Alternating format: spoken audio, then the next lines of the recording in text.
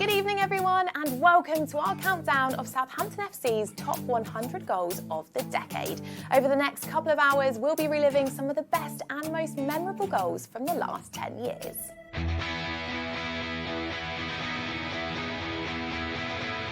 I absolutely love that moment. That is what I call a humdinger. Well, we talk about cult heroes. I think that man falls very squarely into that category. Lee driving into what a goal from Tamari Lee! It was the closest I'd seen to somebody who hit the ball similar to what I did.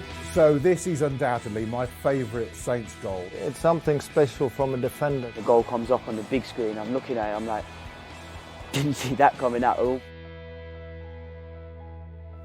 Okay, Saints fans, we've got a bumper show coming up for you this evening, so make sure you continue to comment. Tell us what you think of our countdown. Also tell us who you'd like to see as your winner of the goal of the decade. Also tell us what's been your favourite goal, who's been your favourite player or your favourite match. Right, time to start the countdown. And at number 100, we're going back to September 2012 and a League Cup tie against Sheffield Wednesday at St Mary's when a certain Saints number 9 scored his first goal in a Saints shirt.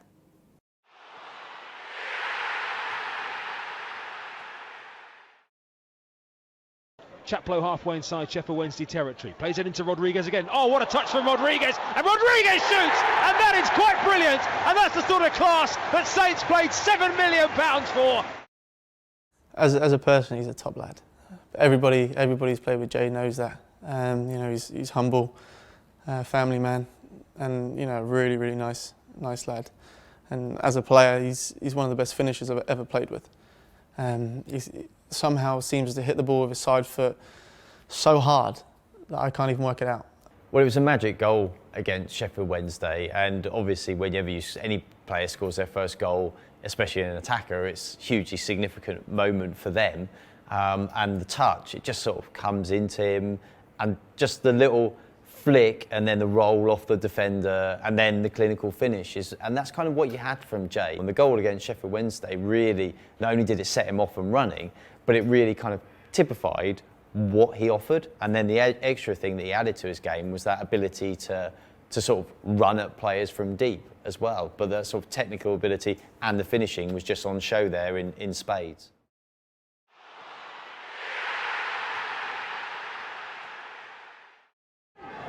Schneiderlin might think about a shot here. Morgan Schneiderlin. Oh, what a goal that is! Morgan was one of the best technical players I'd ever come across, but he was weak. He used to get knocked off the ball quite a lot. He had the ability as a midfield player to play and see a short pass for little 1-2s and to play people in. But he could be on the right-hand side, look over his left shoulder and hit a 40-yard ball. Not many people can do that. The goal against Nottingham Forest, where he just sort of screams it in, is kind of, in a way, it's not what you remember Morgan Schneiderlin for. It was, you know, goals were not necessarily a huge part of his game, but that absolute amazing technical quality that later was coupled with a physical ability to really mix it in any division in English football was you know, an incredible little period for him and for the club, and he was a real top player. Look at this from Schneiderlin, leaving Yaya Toure on the deck. Not many do that.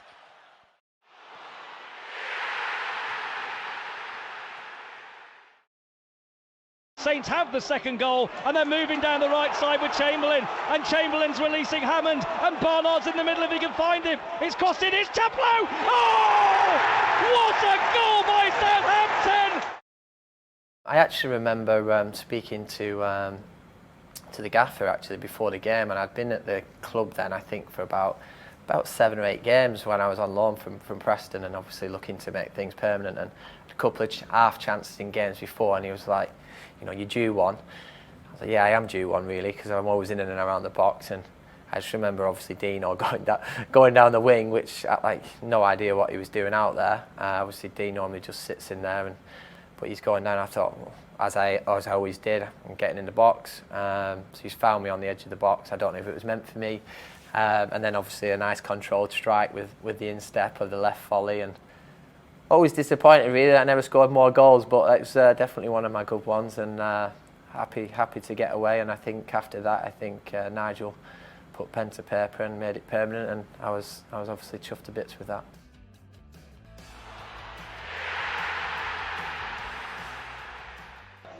Target left-footed, long clearance, looking for Pella as the out. Chest down from Pella is excellent, and as onside is Mane from Tadic's through ball. Mane's in behind Terry. Mane pass, Courtois!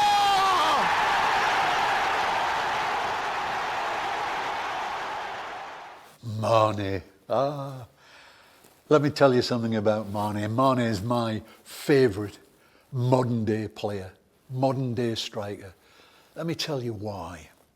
He's quick, he's sharp, he drops off, he draws defenders and then slips in behind them.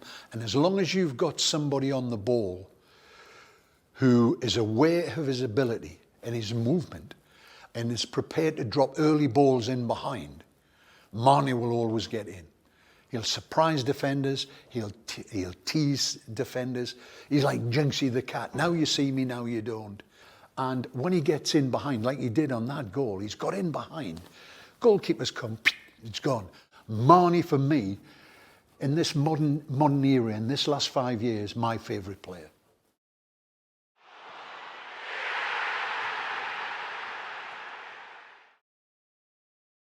Hammond at walking pace, back to Saints striker Lambert. Gooley, oh Gooley did well, Gooley all the way, and Gooley! Oh, ding dang, Gooley! Southampton have broken the deadlock with a piece of Brazilian magic from Gooley do Prado. The thing I remember most about Gooley is that he was like an enigma. Nobody had heard of him before he came to the club. He sort of popped out of nowhere, courtesy of the chairman at the time, we all thought. And he was one of those players that was an enigma off the pitch and on it. He could go through games and do nothing, and then suddenly he'd turn it on and do something ridiculous in a very Brazilian way that you'd hope for. On his day, mate, he was quality. Like I said, at first when he came, I think it took him a little while to get used to the English style of football, but the later on in League One, and especially in the Championship, he was superb for us. He scored some important goals. He could do anything. He could header, he could dribble, he could pass, he could play in midfield, he could play as striker. He was a great addition for us, and I made up the fans took to it. The fans loved him, and like I said, he scored some important goals. It was a pleasure to play with Gooley, actually. Yeah.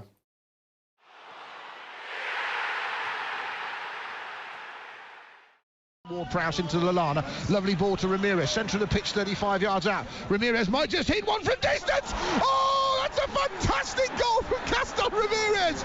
When Gaston arrived at Saints, there was this brief moment, I think, amongst the fans that it felt like Saints had arrived in the top flight, spending a load of money on a South American player, a raw South American talent, a talisman, a number 10 for to really run the show for them out on the pitch.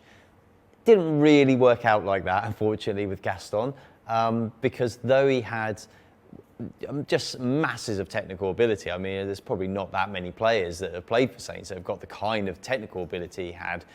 He just couldn't quite produce it, and I think the physicality was part of that. It was almost one of those guys, it was more frustrating because you could see what he could do. And the goal against Everton where he picks the ball up and he shoots from 25, 30 yards, absolutely nails it. The keeper should save it. I mean, it goes straight through the goalkeeper. Everton won't want to see that one again.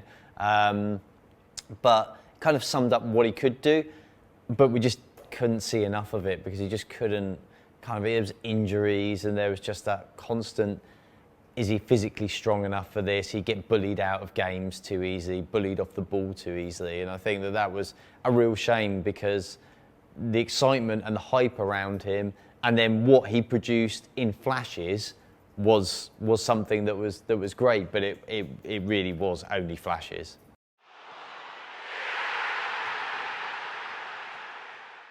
I first saw Adam Lallana when he was a boy playing at and the youth sides of the training ground. I used to go over and see some of the matches then, and he was a slight boy, very talented, very skillful on the ball, but used to get knocked about a bit. And I thought, if this boy can develop physically, one day he'll be a good player. Here comes Lallana on the edge of the ball, with penalty area, Lallana! Oh, he's curled it in! Well, that's a goal where he hasn't got time and space. He's just got enough time to receive the ball, skill-wise, turn. You know, it's that awareness and perception. It's immediate look up. Good players know where players are around there and the opposition, knows where the goalkeeper is. He's on the edge of the box, and within a split second, it chips the ball, and it's a great goal, but it's the speed of thought and the technical ability to carry it out. Stephen Davis, probably one of the best value pound for pound signings Saints have made in maybe ever, but definitely for a very, very long time. And the goal he scored against Everton in the 4-1 win kind of underlined what he brought to the team in terms of an attacking sense, in that he's part of the move, and then Ward-Prowse cuts it back, and it's a terrific finish from the edge of the box. He was a really good team player, and I thought he was a good signing. That particular goal's gone down the right-hand side. It's a little 1-2 with Ward-Prowse. Once again, Ward-Prowse sees the angle, plays it to Davis. Davis picks it up. Not really a lot on, but somehow he manages to get it round the right-hand side of the goalkeeper and inside the post. So what he contributed in the final third, sometimes I think even now is still overlooked, but in that period where Saints were really very successful, he was an absolutely massive part of that because of what he offered in attack.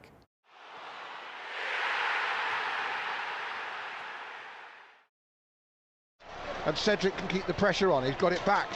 Højbjerg on the right, crosses. Oh, there's a little slip, but it comes to Bertrand!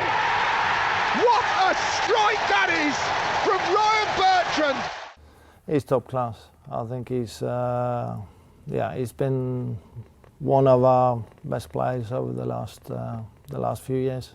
No doubt about it. He's top player. There's a lot of power in that, and you could see the goalkeeper is not even close to it. So, a fantastic strike. He's a player that can get forward, bomb on. He's strong, can be aggressive defensively, and most notably, sort of bombing forward, comfortable in possession of the ball, providing opportunities for his teammates, but again, chipping in with some goals themselves. Oh, great to hear from a certain left back there, not exactly known for his goal scoring, but Ryan Bertrand has definitely made a contribution in attack, and there'll be more from him later on. But for now, let's carry on with our countdown. Here's goal number 91.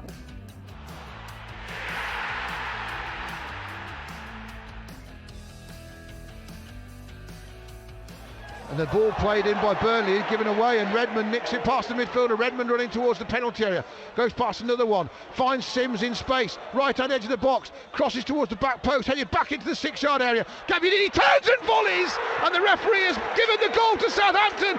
He has his first goal since the middle of October, and Saints have levelled it late on in the last minute of normal time. It's Burnley 1, Saints 1. There was something about Gabbiadini as some coaches and managers, they'll see something in a player and they'll believe in the player. You'll get another coach and another manager might not see that, might not fancy him. And that's why I love the game. It's a game of opinions. And I like Gabbiadini. I would have liked to work with Gabbiadini because he was a player who could score you goals around the box. And a lot of the goals that he scored weren't clean-cut goals. They were half chances. Sometimes you create goals where the movement's right and they're easy to finish off. Some goals are spectacular, but other goals, they're what I call half chances. And Gabbiadini was a goal scorer who could make half chances count.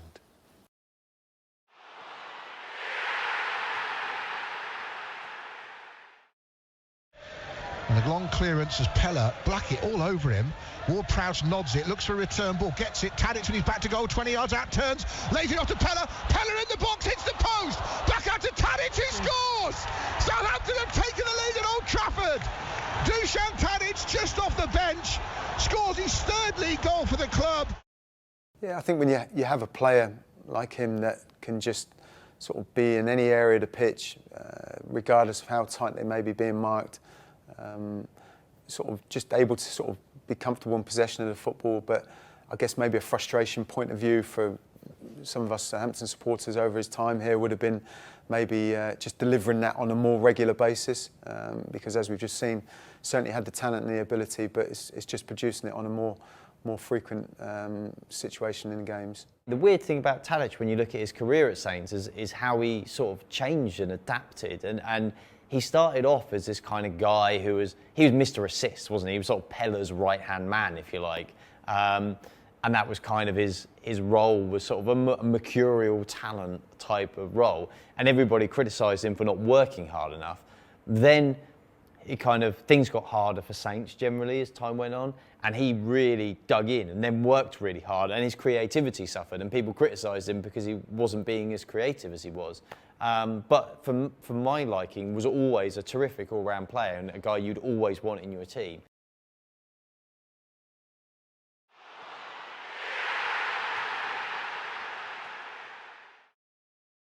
Ball is cut out on halfway. Now Rodriguez can run at the MK Dons defence. Skips past two defenders. He's going to get to the ball on the edge of the box. Into the penalty area. Right-footed. Sweet finish. Jay Rodriguez, all his own work. In the goals in the cup competitions again. He's got such a northern personality. You know, he doesn't take himself too seriously. He's always laughing and always joking around. But you know, when it comes to the sort of football side of things, he's one of the hardest working people I think I've met. I think he was one of the best. I really admire him as a player. He was a clever footballer, smart, had all the attributes. When you start from that sort of far out, you know, wonder what's going through the player's mind. It's probably just beating maybe the first or second player, and then as you get that little bit nearer to goal, it would probably be quite easy to just have a quick rush of blood to the head and you know, sort of fluff your finish a little bit. So yeah, to keep the concentration as well as the speed that he was travelling at to actually score takes a lot of concentration, and you know, he did it on many occasions, as we know, and you know, it was a shame when he picked up the bad injury, but somebody that was you know, a good player and somebody fondly remembered here at Southampton.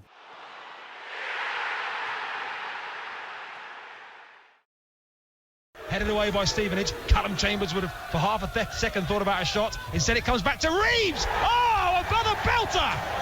An absolute cracker from Ben Reeves. Ben Reeves, I can remember being sort of talked about as an exciting young talent, but of course it's like any young talent trying to break into a first team. It's not easy, but he definitely possessed some quality, and the goal he scored at Stevenage proved that. It wasn't to be for him ultimately at Saints, and he moved on. Saints' philosophy at that time, and has been for many years, is to try and introduce young players into the team, and some of them will stick and will flourish, and some of them will move on. But I think Ben Reeves went on to MK Dons and did well there, and that is kind of the hallmark of Saints. And I think Ben Reeves proved in that period of time, in sort of the short term after Saints, short to medium term, that there was a career for him elsewhere in football as well. Well, there you go, a couple of strikes there that I bet you'd forgotten about. But that's what tonight is all about, reliving some of the best goals from the last 10 years. Thank you so much for watching. We hope you're enjoying the countdown so far. Now, we've already seen 2 goals from Jay Rodriguez, and there is still more to come from him, I promise. Now, in at number 87 is one of the most bizarre goals that we're going to see in this countdown. Now, this Saints goal was a fantastic volley from the edge of the penalty area, but amazingly, it came from an opposition player.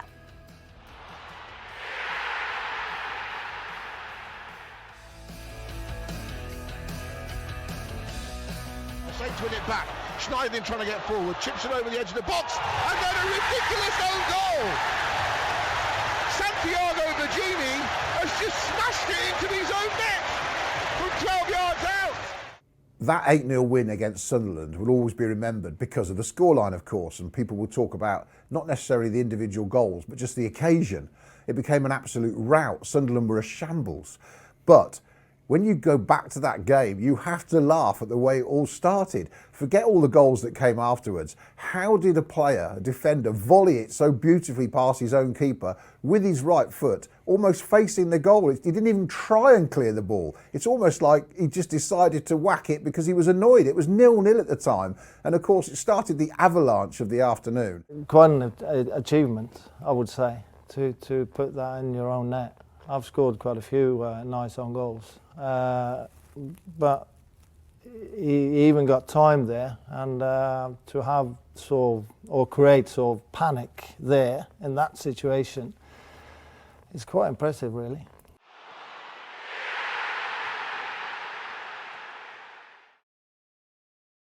Growing in confidence, Southampton, edge of the box, lovely back heel, Clyde in the area, equalises for Southampton.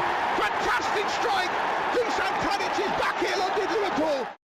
Yeah, wonderful strike, wasn't it? But a great bit of play, you know, from effectively a throw-in, ball going into Dusan Tadic, and you know, something that he was more than capable of doing, wasn't it? You know, you think as a defender, when you've got the player sort of facing his own goal, they're not much of a threat or a danger, but you know, Nathaniel Clyne obviously carried that run on, played the ball into Tadic, and to get the ball back from him with that wonderful piece of skill. And then there was still work to be done. It was certainly not a foregone conclusion that it was going to be a goal. So the strike itself was just matched a bit of skill from Tadic as well. So, you know, great goal.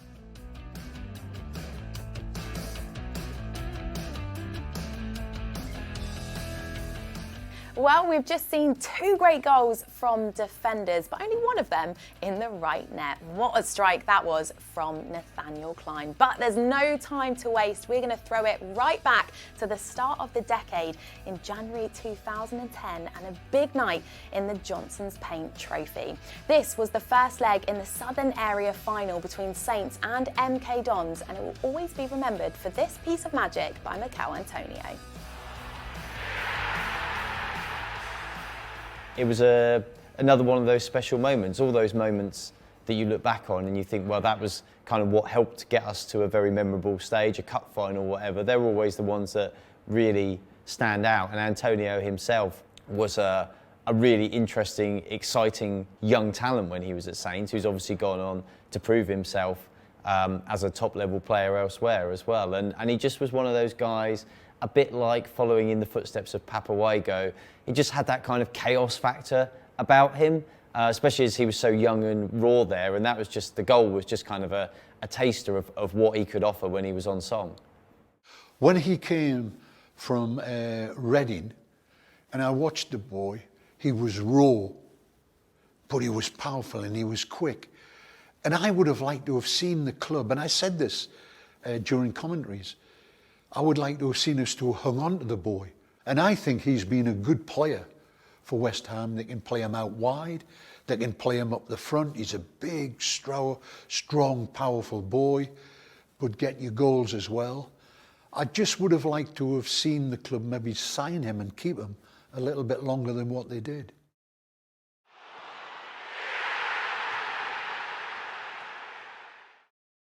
Here it comes. Ward-Prowse whips it to the heart of the box. Free header! And Southampton have the lead late. And on his debut, off the bench, Charlie Austin scores for Southampton. It was just amazing. I think we were all in the press box, kind of like, my goodness, did that just happen? It's like there was a huge expectation when Charlie Austin signed that this was kind of the guy who was going to score the goals. I think a lot of Saints fans had hoped for a long time that Charlie Austin would end up at the club at some stage, and yeah, I mean, he just sort of strolls on towards the end of the game, gets a free kick, and you know, you just think, my goodness, he's scored. Is it really him? He's just come on and scored immediately. And I guess at that stage, you come away from Old Trafford having won, and I don't know, I guess it was kind of typical of some of the emotions of that period. When I look back, it felt a bit like anything was possible for periods of time around that era, and that was just one of those amazing sort of fairy tale moments that you don't get many of if you follow clubs like Southampton, so you've got to make the most of them. They turn up, guy comes off the bench, heads it straight in the goal, go home 1-0, lovely.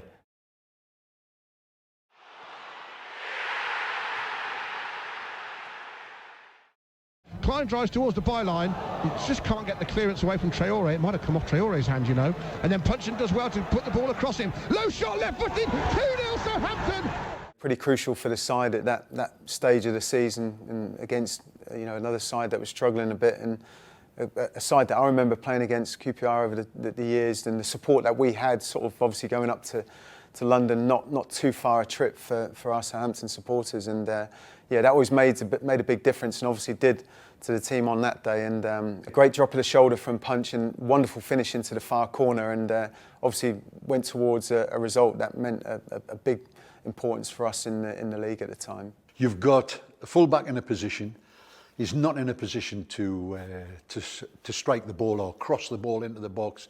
He shields the ball, he turns, and he gets his shoulder up as he turns, and he's looking up and sees the player, sees Puncheon coming. He plays him in early. Punch picks the ball up, and as he's cutting in, he just looks up, sees where the goalkeeper is, and if you look at the goal, he's actually bent the ball around the keeper. And that's great awareness.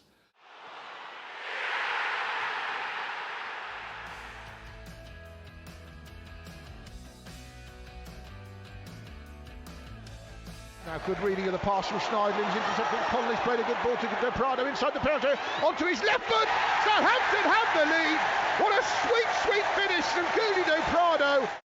Well, that one was played from Hammond, and he has the time and space to run at the defender. It looks as if he's going to go down the outside. Defender's running across fairly quickly. He realises that the defender's coming quickly, and he checks it inside, clips it away, and scores a good goal.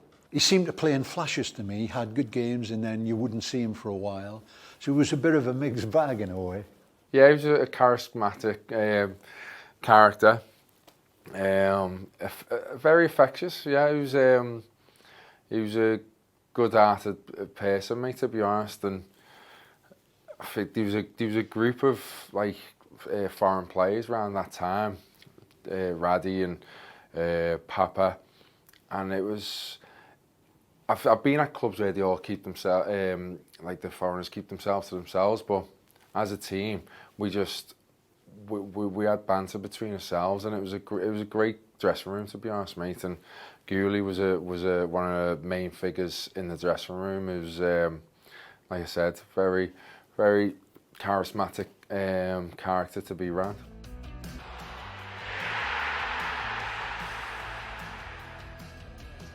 Then Davis takes it off Kouyaté, who gave it away. Lovely ball through. Tadic should go around the keeper. Great dummy. 2-0 Southampton. And Dusan Tadic with a lovely drop of the shoulder does for Adrian. Again, a player with a lot of confidence, so much ability, both feet. He had so much football smartness with him, and the composure he shows there to just easily take it past the goalkeeper and roll it in is. It's special because most players, if they don't panic, they will rush something and they will smash it. But this is composure on top level. It's one of those that just makes you smile because it's just really almost like a cheeky goal in a way. The ball comes round the corner, the keeper's there, and just the sort of feint, the slight of dropping the shoulder, keeper's on the ground, and then he slots it into the empty net, and you kind of think, well, how's he done that? And you look at it, he's given him the eyes, he's done the drop the shoulder, and it's a tremendous goal, and one of those that really does make you smile. And I think that's kind of when Tadic was at his best, that's what he did, because he had the talent to produce that.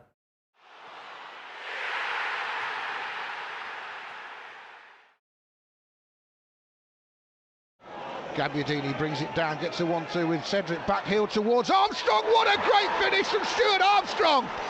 18 yards out, curls a beauty right-footed. You've got to put him into situations where he can see the picture. You've got to let him decide where his runs have got to be. You leave it to him to make those runs, and he will get you goals. But I think I don't think his career has gone as he would have liked here. I think there's a number of reasons for that. I think sometimes he's been played in different positions.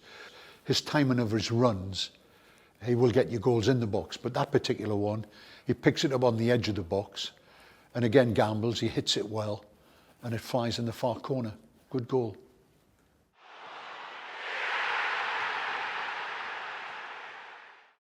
Well, Saints' record at Anfield is pretty abysmal over the last 20 years, I suggest, at least. I mean, it's always been a hard place to go. It's always a fortress. So to get a win there was massive, and it really boosted Saints at the time. Now, I know Dejan Lovren will never be a player liked by Saints fans, but to score such a famous goal for the club, a league victory at Anfield for the first time in ages, was a massive moment. So you have to give him credit for that. Kind of a feeling of a slight sense of disbelief that actually that result was going to happen. And when Lovren scored, it was right in front of the Saints fans. He sort of heads the ball and sort of follows a trajectory right in front of the fans. And I just remember the noise coming from the Saints fans and the sort of almost delirium that Saints were going to go there and get such a special result in what was a very special time for the club as well. To score that one, obviously, needs more quality. You need to generate the power and obviously the angle to get it on goal in the first, and obviously hard enough to pass the keeper. So that's a good, really good goal. And him as a player, I'm not surprised. He was a very, very determined, sort of hard-working player that had a lot of power. Saints winning at Anfield there back in September 2013. What a day. Now, we're 21 goals into our countdown, but we're still yet to see any from Ricky Lambert. So let's put that right, shall we? This was actually the first goal of the decade on the 2nd of January 2010. Ricky Lambert against Luton in the FA Cup. Lambert's free kick, right foot, curls it, brilliant! I go through phases where I'm confident or I'm not so confident. Around that time, I can remember I was very confident. I think I was hitting free kicks the way I would want to hit a free kick. I thought it was the closest I'd seen to somebody who kind of hit the ball similar to what I did since I retired here. James Beattie wasn't bad at set pieces. He hit some good free kicks, but Ricky had a very similar kind of technique to me and tended to score in the same kind of style from his free kicks. You know, that's a long way out to stick one in the top corner from there and the goalkeeper to have no chance at all. That's great technique. I knew it was in. I knew exactly where I was going to put it. Whether the keeper was going to save it or not was a different matter. And as soon as I took it, I knew it was going to go in, mate. It was, like I said, I go through ups and downs, and I was definitely in the middle of an up there, and like I said, that's what happens when it all comes together.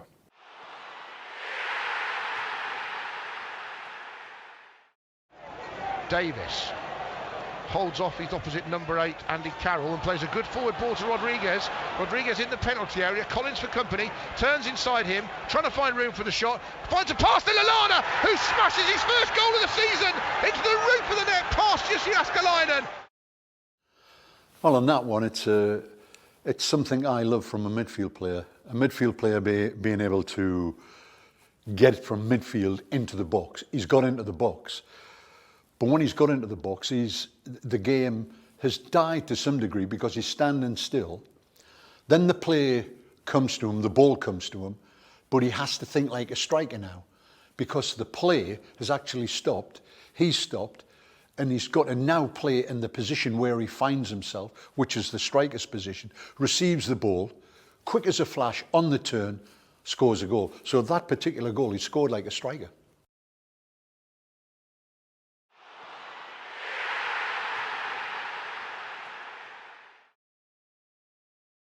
Now Lambert takes it in a similar position, slides it into the feet of Ramirez. First time ball is a beauty. Klein's made his run. Klein with the shot, and Southampton have the lead.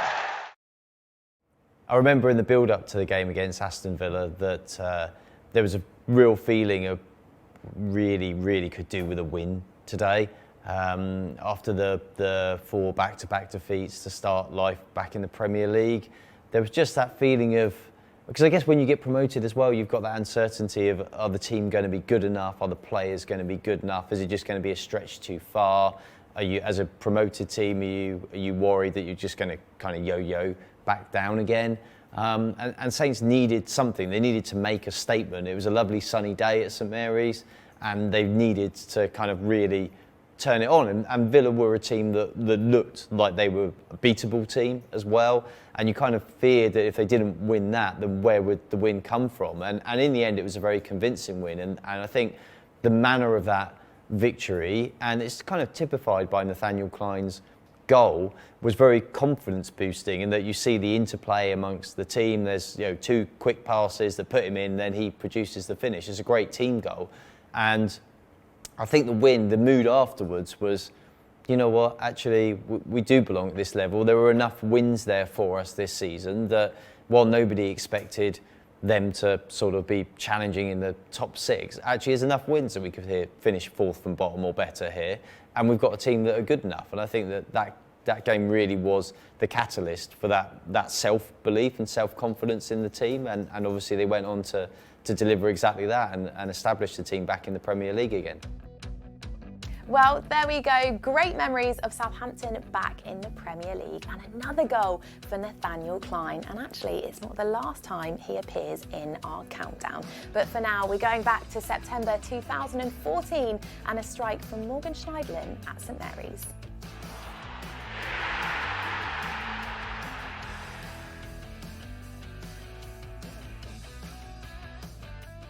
Back heel from Taylor is good. Ward-Prowse passes it on to Schneiderlin. Might get a shot away here. No tackle. Oh, what a beautiful finish. Let me talk a bit about Schneiderlin. I like Schneiderlin. I thought Schneiderlin was a good player. Since he left, he has gone backwards.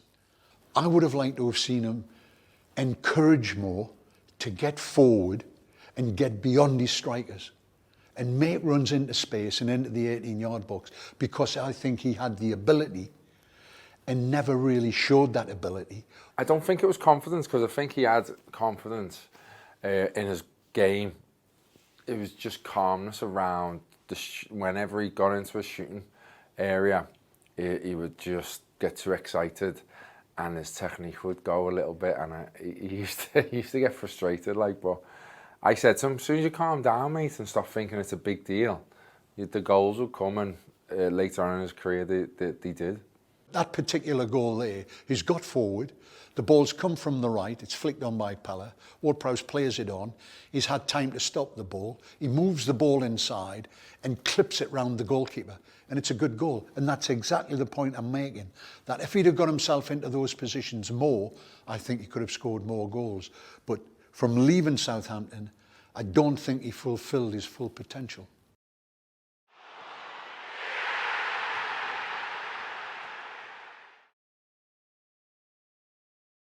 Now Saints come again to the 18-yard box. Redmond right-footed. What a strike from Nathan Redmond! Yeah, I just remember sort of the ball, me watching Yannick head the ball and Chaz sort of touching it to the side to me, and I just thought, just drive, take us up the pitch. I think I remember Chaz screaming, saying, "Give it to Tiggs," and Tiggs was bombing down the left. And I was I half wanted to, but I thought, there was no way I could cut inside again. So I just made the decision to chop back and take, I think it was a recovering defender at the game, and I just hit it. There's no secret to it, to be honest. There's nothing me thinking I'll catch him off guard or looked at the keeper. I just hit it, and it went in.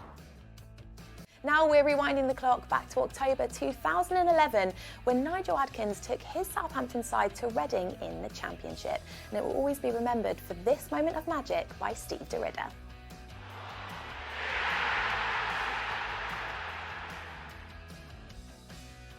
Richardson takes the throw, looking for Gooley. Lovely layoff by Gooley. DeRidder's in behind the defence on the right in the penalty. Onto his left foot. Oh, what a goal by Steve DeRidder! So Steve, I used to get changed next to him. Steve O, great character, like moody as they come.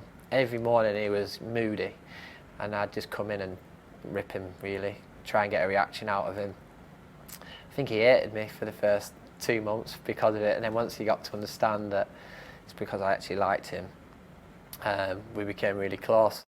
I think he's one of those guys that always seemed to have an awful lot of potential. It was just kind of how you got it out of him, really, and squeezed it out of him. But the goal that he scored, the one that flies in off the bottom of the crossbar, I mean, it's an absolute banger. It's such a great, pure, sweet strike. And I guess that's what he had in his locker, and why he was always kind of one of those players that I think people wanted him to do well, because when he was on song, it was exciting.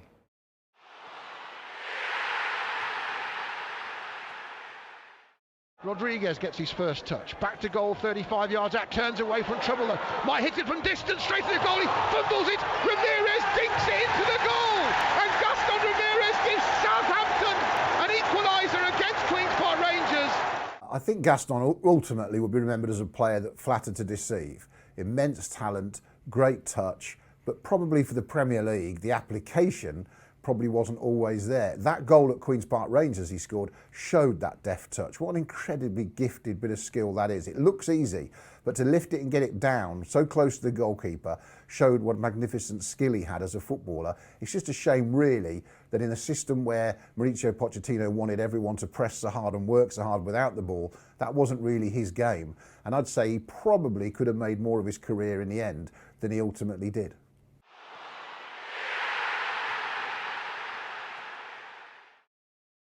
Chaplow hits it early in towards the Watford centre half. Lambert couldn't collect, but Schneiderlin's come bursting onto the ball. He's got Lallana to his left, edge of the penalty area now, twists it back onto his right foot, squares it to the edge of the D, low shot, 2-0, fantastic finish from Lambert. First time, side foot, into the corner, Kuszak stood still. Well, that's a one where Lallana again is on the edge of the box, he screens the ball, he keeps the ball, plays the ball square. Ricky's come from a slightly deeper position, like I said, because Ricky could drop off the striking position into what I call the hole between the front and the midfield. He's coming from that position straight onto it. A lot of technique there. I learned that Ads was always most probably going to turn back at some point. So I was trying to hold back and get into a position, not go too far into the box where he couldn't see me. Hold back and get into a position that if he does turn, to lay me off. And I already had in my head, you're gonna have to hit the first time, because there was a few people around me, and he did, turned, and he seen me right into my path, and I've caught it. Brilliant. It was a sweet strike, especially coming across you. It's not an easy strike to do, and it's gone exactly where I wanted it to go, and yeah, the keeper had no chance. There's plenty more Ricky Lambert goals coming your way, I promise. So with 30 goals down, 70 to go, next up, remember this guy? Yep, it's a goal from Lee Barnard. We've played 1.5 minutes of the 4 tight minutes of added on. Goburn the substitute, leaves it for Lallana. Lallana plays it through. Can Barnard make it 4? Barnard tries to go around the keeper from an impossible angle. Lee Barnard has the 4th goal for Southampton. Lee Barnard had an interesting time at Saints, but it was an important period for Saints because they really needed that kind of, I guess, nous for that level that they were in League One. They really needed somebody who kind of knew that league. They knew how to play at that level. They knew how to score goals, and that's just what Saints needed to help them out of League One.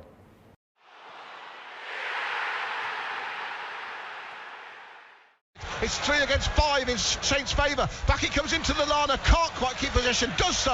Back it comes with a low shot, and Southampton have the lead. Stephen Davis had just arrived, of course, from Rangers after their financial meltdown, so another club going through all the problems. He was a bargain and a brilliant signing for Saints at about £800,000 for a man of his experience. So, of course, when he doesn't get picked in the first game, he's probably thinking, well, I've got a bit to prove here. You know, I probably thought he'd get in the team.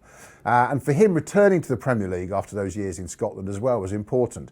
But when him and Ricky Lambert came on, the team were transformed. That break was terrific. Lallana's break and speed, then his skill in the box to set the actual strike up. And for Stephen Davis, it was a dream start. And of course, it gave Saints hope and faith that they could compete in that division, because City were a good side then. Well, that goal from Stephen Davis was the second of the day at Manchester City, and I'm pretty sure a lot of you will remember the first. That features a little bit higher up, and we'll be coming to that very soon. But for now, let's get to number 68 in our countdown, and it's another goal for Jay Rodriguez, and this one came at home against Chelsea.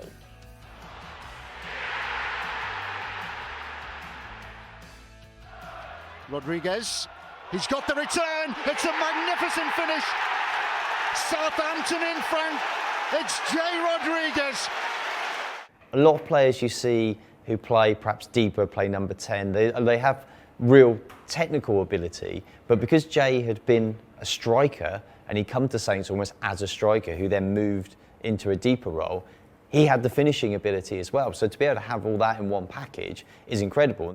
That particular ball there, it's a 1-2 on the edge of the box, and that's pure football. He plays it, he's made his run, the ball's received immediately back like a wall pass. But when he receives the ball and he picks the ball up, all of a sudden he's got the goalkeeper coming out. Now a lot of players of less ability would lose their composure there, but he doesn't. If you watch the goal, as the goalkeeper's coming in stride, he just clips the ball with his right foot round the goalkeeper. So he's played a 1-2, he's picked the ball up, his brain is working 100 miles an hour, and he sees the goalkeeper coming and slips it past him, bends around, knows exactly what he's doing. Quality goal. Between us three, we had a mixture of everything. And like I said, Jay had that ability that you could stretch the teams and put it in behind, and obviously he could finish as well. He was brilliant, Jay. Absolutely superb.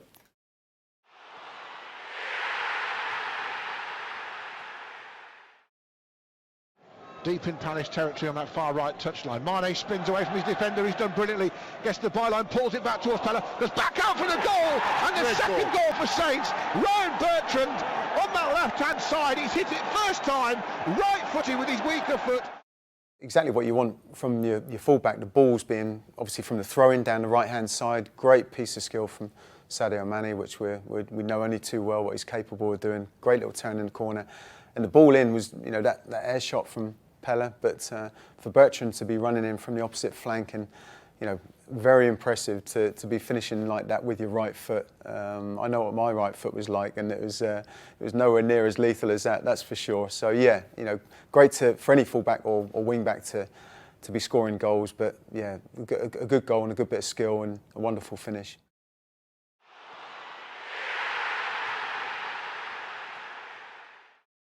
And Connolly holds it up for Ricky Lambert. They'll want to finish in style, Saints. Chamberlain has hit the post as soon as he came on. Cuts inside onto his left foot. Oh, what a goal! Alex Chamberlain! Alex Chamberlain would have been a key part of that side that you know, got us promoted, and you know, it's crucial for us as a club to sort of start stepping up and bouncing back from the lows that we experienced. And you know, he was a key part of all that. Yeah, you know, a player that's got pace, strength, comfortable on the ball, dribbling at players, and you know, what a wonderful finish this was to sort of bend it in from that angle and that distance was certainly one that he'll cherish, I'm sure. The celebrations after for promotion to the champ were insane. You know, we're obviously up, we're leading the chants for the crowd. We're all out there with our beers, and then days you could, you know, and. Yeah, I think I had the kids and everything draped around me. Everybody's families were up there. Yeah, the whole.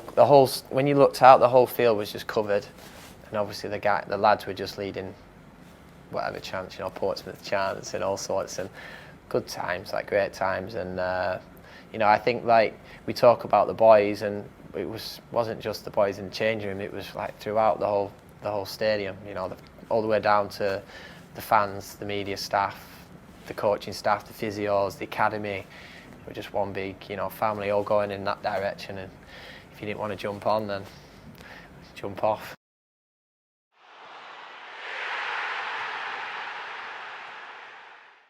And then good vision from Redmond, gets Carrillo way down the left. Again, Hegazi goes to meet it. Carrillo with a very clever ball in field. Carrillo to Tadic. Tadic as Foster comes in, chips it, and doubles Southampton's lead! You've got the memorable assist from Guido Carrillo, where he, you know, I guess there's not much we can say about his time at Saints as it stands, but it was a tremendous ball over the top where he just sort of hooks it over the defender, even though it doesn't really look possible to do it, given he's sort of running away from it. And then Tadic runs in, and it's kind of like a dink. It's so delicate, the way he finishes it. And then in the celebration, there's kind of, I think, the little dink as well. It's in fact, it's like a goal that you almost have to say it with a high-pitched voice, dink, because it's that delicate and that sort of lovely a goal from him, and just another great moment from Tadic in amongst a few years of really great moments at Saints. OK, Saints fans, we're about to relive one of the most incredible matches of the last decade. We're going back to March 2012 and a trip to Ellen Road to face Leeds United as the Saints continued their fight for Championship promotion.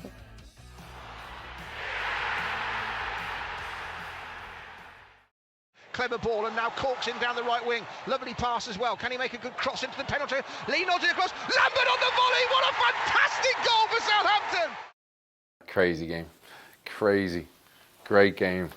Absolute great game. It was absolute backs to the wall. We didn't play well all game, I don't think. I think we defended well. Obviously you can't play well every game, but we were getting hammered.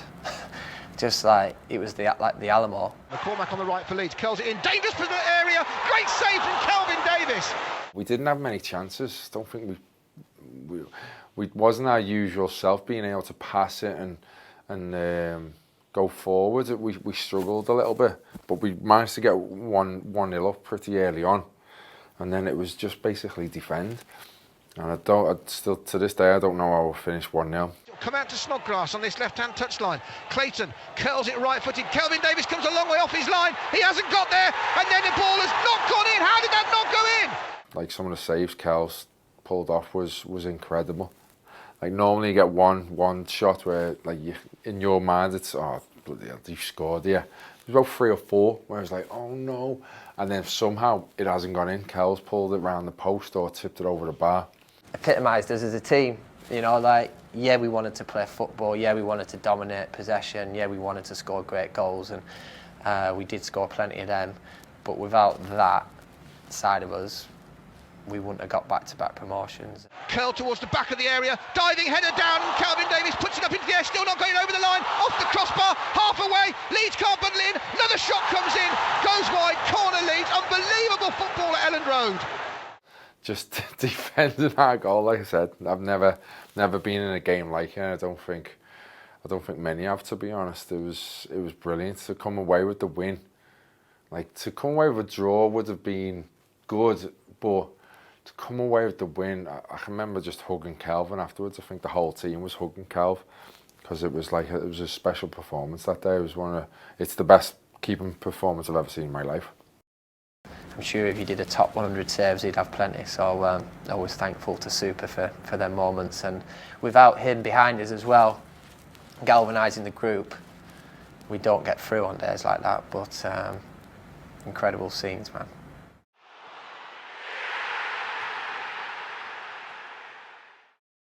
We're about to get underway. 4 games to go in Southampton's season. Still on 36 points, last season's total. Need a point to get past that, and immediately Shane Long charges the ball down from the kick-off, and then he chips the goalkeeper, and he gives Southampton the lead in 9 seconds. Shane Long's goal after 7.69 seconds was really a sigh of relief for me. I mean, it was a great moment, but it was one of those moments when you're commentating, you often, at the kick-off, look down at your notes for a couple of things to say. So actually, thankfully for me, I'm not sure Dave saw it, but I was watching the ball enough and saw him charging and just about got the commentary right. And had you not, of course, I'd be kicking myself forever if I hadn't got that right. It's a weird one. It's something that I'm really proud of, but at the time I didn't think it was that big a deal. After the game as well, someone said it to me, I said, oh, that's cool, kind of thing. And then I had to go out and do interviews, and everybody was buzzing about it. The whole place was, and I was thinking, this must be a big thing now, kind of thing. And yeah, even weeks, months later, it's still talked about. And yeah, obviously, it is something I'm proud of, being in the Guinness Book of Records and having that record to my name, for it to stand for 20 odd years on the Ledley King. Hopefully it's something that stands for a long time for me as well.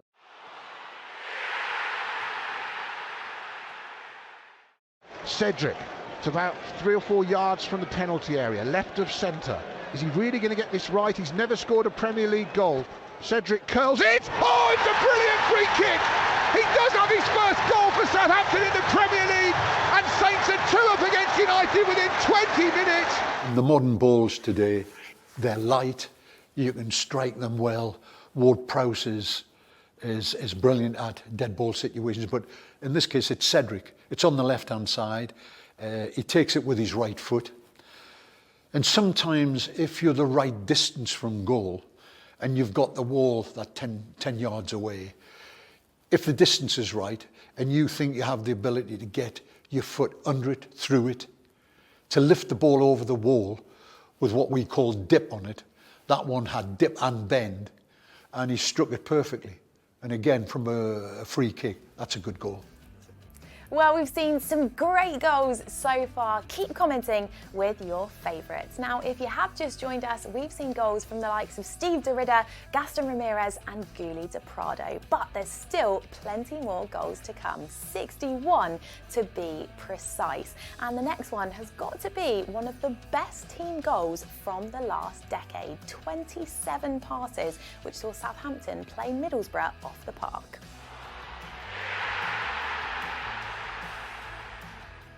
This is early on and we're playing Middlesbrough, huge budget, expected to go on and probably be contenders thereabouts in the league, and you know, we were so confident and comfortable in the way that we played that we could have played anyone at that point, and we were stringing passes together. We had good players in there.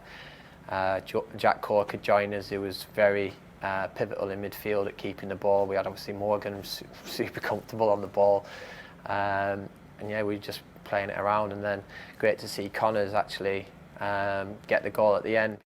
Lovely work from Lambert, Connolly, and then Chaplow, and it's back out to Lambert on the left wing. Looks up, what are his options? Lambert dummies the cross, carries on along the byline, 6 yards from the goal, squares it across, shot, 3-0. Connolly has his first goal since August. He was like a new player for us at the start of that season because we didn't have him the year before, and he's obviously got himself fit and got back in, had a good pre-season, and actually got into a point of where he'd pushed other people out. He'd played and you know, had been a big part of the promotion team, and what a player he was, like so clever, and at that age where he was at then, he was just so far in front of everyone else with his thinking. That goal exactly showed what we was about, and that's why that's one of the best seasons I've ever enjoyed. Like I said, it's we were brilliant, absolutely brilliant. Every player on the pitch was involved, and every person was comfortable on the ball, moving. If one player moved out of position, another player would fill in. It was brilliant, and like I said, full credit to Atkins and his team to get us playing that football. He definitely maximised the talent that we had in that squad.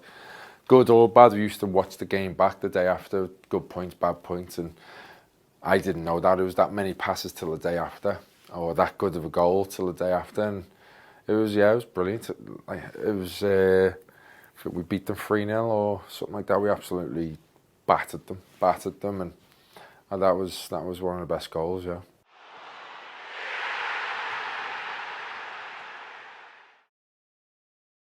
He wasn't frightened to come out from the back, receive the ball, now good set of play. Good hold-up play from Pella, gets it back off target and kills it! Oh, that's come out of nowhere! It's another great League Cup goal for Southampton! Well, I think the reaction at the time from the media to Pella was, oh dear, you know, who have they bought? But actually, what happened was they learnt that he needed, like Charlie Austin, to be playing facing the goal, receiving crosses. What's the point of having a 6'4" striker like Pella if he's not going to see the goal?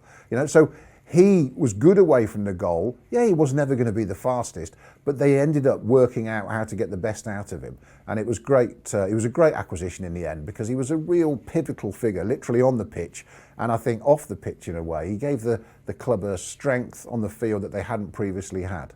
Good ball in, you know, from Matty Target, sort of playing into his feet, and you know, he showed the composure to turn and take that little extra touch just to set it out to enable himself to wrap his right foot around it, and you know, goalkeepers aren't going to stop that. You know, that's the perfect you know, finish, and it's something that we saw on many occasions from him. You know, he's capable of scoring a number of goals. Physically, he was a threat as well. You know, he's a presence. If you needed as a team to go a little bit more direct, you could sort of play up to him to use his aerial threat as well. But on this occasion, as you saw, what he was capable of doing with the ball at his feet, it was a fantastic strike.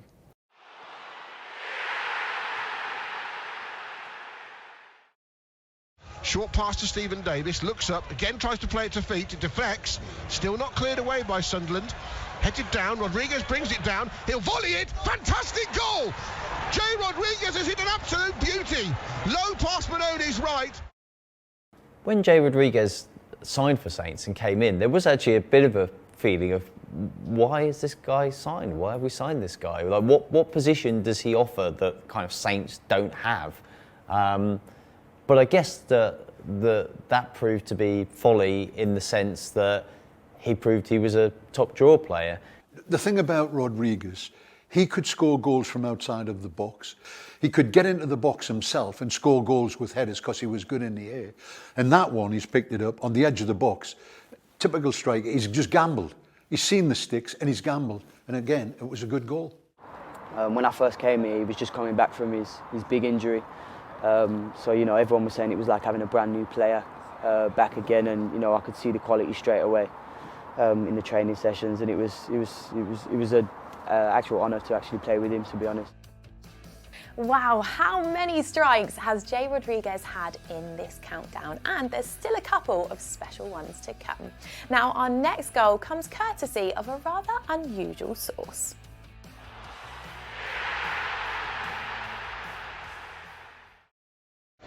Ten yards inside the Villa half. His pass is a little short, but it's a nice one too from Yoshida and Ramirez. Yoshida with the low shot! Where did that come from? You could argue that Maya Yoshida and James Ward-Prowse really are the cement of this squad for the best part of the last decade. You know, he's now in his 8th season. He's an underrated, undervalued player, I think, since he joined in 2012. And for him to score, you know, he doesn't get many. For him to strike that left-footed from, 20 yards out, 18 yards out, playing at right back, playing a 1-2, just a great moment. You know, I mean, Maya's just one of those players you always want to do well. To go through midfield, to have the ability to open up teams from the back was one of my qualities. So watching Maya doing that was great. A great goal, and it's something special from a defender to actually have the confidence to do that.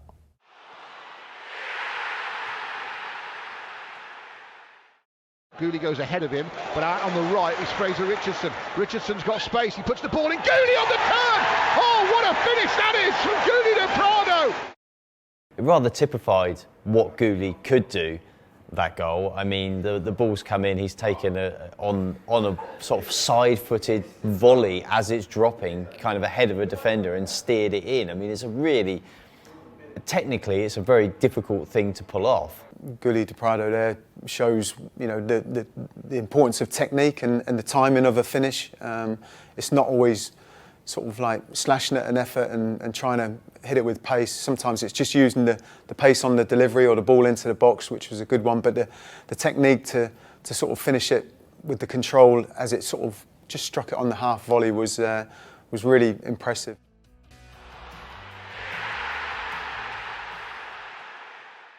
Saints can put some pressure on Swansea, Dave, for 5:30. Well, that's the important thing for me, but they've got to take care of their own patch first, Adam. Yeah, Swansea won't feel any pressure, but it's given away by Steve Cook. Now Saints can break on Bournemouth. 20 yards out, he's got man to his left. Tadic, but he doesn't need it! Clever shot, left-footed. Tadic has two. Southampton have regained the lead. After all the high-profile players left in the summers before and previously, Dusan Tadic was really almost one of the old guard left at the club. He's always had wonderful skill. We've seen it since he's left Saints, Ajax as well in European competition. But that finish, to sort of toe poke it, but with control, and the way it dipped, you know, there was nothing accidental about that. It was a brilliant finish. And in the context of a season where Mark Hughes had struggled to get points, having come in, they'd lost the first 3 league games under him, to nick that game, set up the chance to stay up at Swansea. Tadic was one of those, he had the ability to bend balls and with the inside outside of his foot, but he also had the ability to score a longer distance goal, you know. And the thing I like about him, not only could he score goals, but he got in and around the 18-yard box, and somehow managed to see, and with his quick feet and movement, could play a ball between people for somebody else to get in and score goals. Like I say, he was a good player.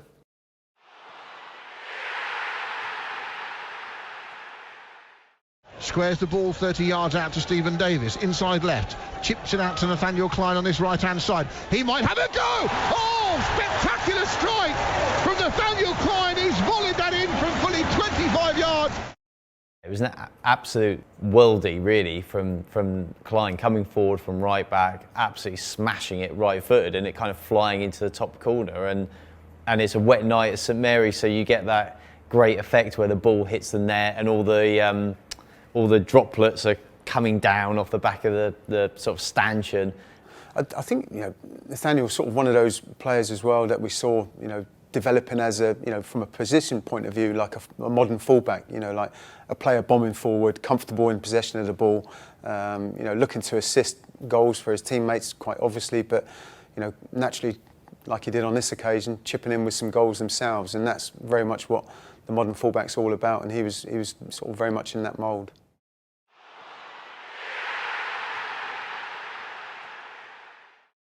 That's one of Lambert's great goals for me.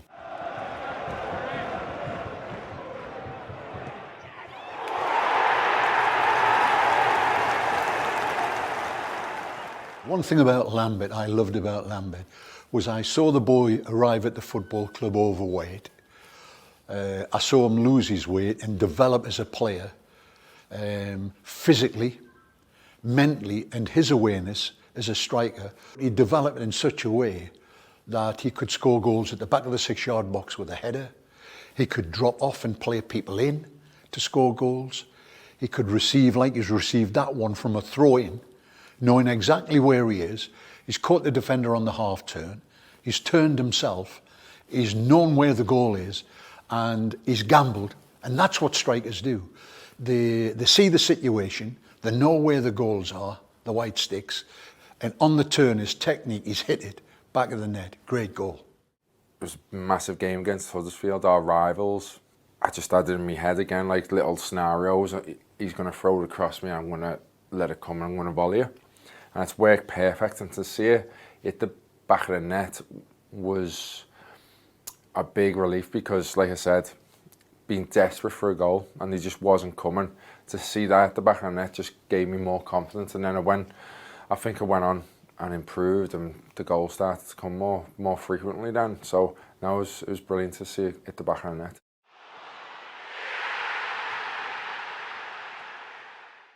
It clears down the right as Terry goes back to cushion the header down, and then they give it away. And that is sloppy, and you don't want to give it to Mane on the break because he's got pace. Tadic powering to his left, Pella to his right, finds Pella in the box, lines the shot up, and gives Southampton a 3-1 lead at Chelsea. Of course, when everybody talks about a front three for Saints, we always think of Rodriguez, Lallana and Lambert as being the best Premier League front three. But you could argue Tadic, Mane, Pella whereas as effective, maybe more so in the Premier League. So that goal epitomises that front three.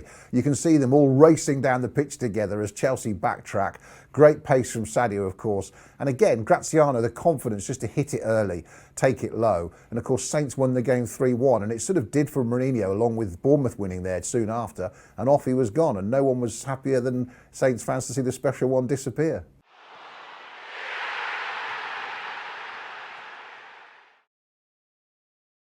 Saints take the corner short, goes back to Lemina, 25 yards, drills a brilliant goal for Southampton, his first for the club, an equaliser at the Hawthorns. Lemina, one of those players that's an enigma type player at Saints, in that loads of ability, and you see it at West Brom. Can you get it out of him often enough is always the question with Lemina.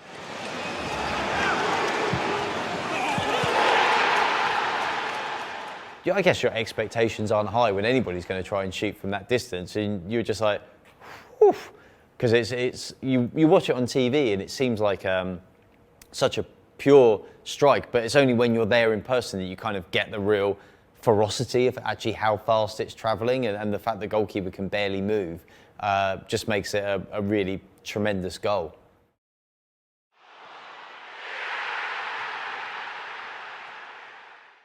40 seconds left of the half here.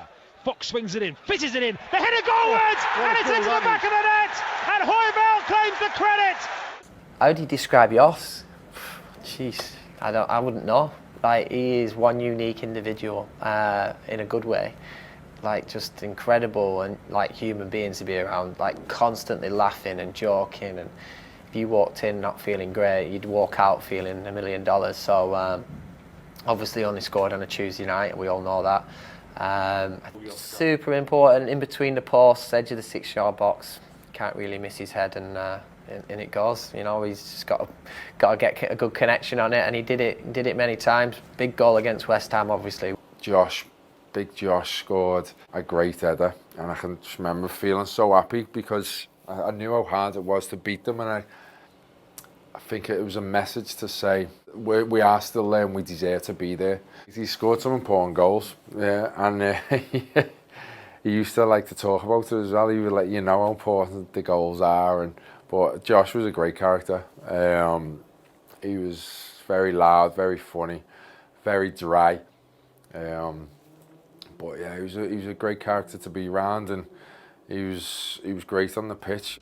Wow, who remembers big Jos Højveld, and what an important goal that turned out to be. Right, Saints fans, we are now halfway through our countdown. If you have just joined us, I'm Kenzie Benali, and tonight we are counting down Southampton's top 100 goals of the decade, the last 10 years. Yes, we've already seen some amazing strikes, and there is still plenty more to come. But we couldn't feature a top 100 goals of the decade without having a goal in there against Portsmouth. So goal number 50 comes from September 2019, and it was Danny Ings who helped us do the business at Fratton Park.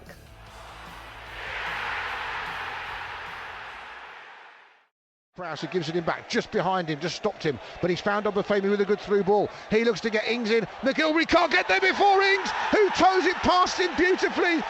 Having been so long since we last played them, it was a tie. One, it was away, which again makes it a game that everyone wants to be involved with or go and see. And two, it was a night game as well, which just really seems to add the atmosphere of the occasion. When we drew them in the cup, I remember FaceTiming Prowse straight away, because I was like buzzing, absolutely buzzing. And then in my head I was thinking, he's got to play me, he's got to play me, he's got to play me. And yeah, it was a great occasion. And it was good to get a couple of goals in such a good win. I see Michael running with the ball, and I kind of pointed to say, please just put it there. And he did, and it was a great pass. And then I saw the keeper coming out, and I thought, I'm going to have to lift this. So yeah, a little dink over him, peel off, knee slide in the corner, and it felt great. I think you saw in the celebration how much it meant to me. The first knee slide, it was kind of towards our end, but the second one, I just thought, no, I'm going to do it because it means a lot to me, and it was good that I could, score that for the team.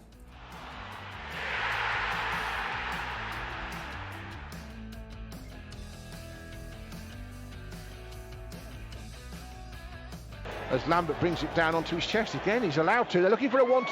Lambert will give Saints the lead, and Lambert has given Southampton the lead early on at Portman Road. We're only in the 4th minute of the game. That meant so much. Again, they were allowed to bring the ball down. Little 1-2 on the edge of the D, and Lambert poked it past Stockdale. I think you can see in the emotion in me when I scored. I think it was the 3rd or 4th game into the season. I hadn't scored yet. So I was desperate to score, I was desperate to prove everyone wrong. I think that goal at Ipswich gave Ricky Lambert belief that he belonged in the Championship. And of course, he went on to belong in the Championship very much. When you look at that goal, the class of Lambert controlling the ball, bringing it down, but then David Connolly's quality, the deft touch for the 1-2, Ricky stretching, and at the end of the day, it was one of many goals he scored, of course, but one I know he loves particularly, and also just the move shows that Ricky had more to his game than just being the big man up front. I absolutely loved that moment. It was a big moment, and then to go on and score the second and win that game 5-2 was it stands out as one of in the top 5 performances ever in a Southampton shirt that I've ever been a part of, in my eyes. That's how high I put that game.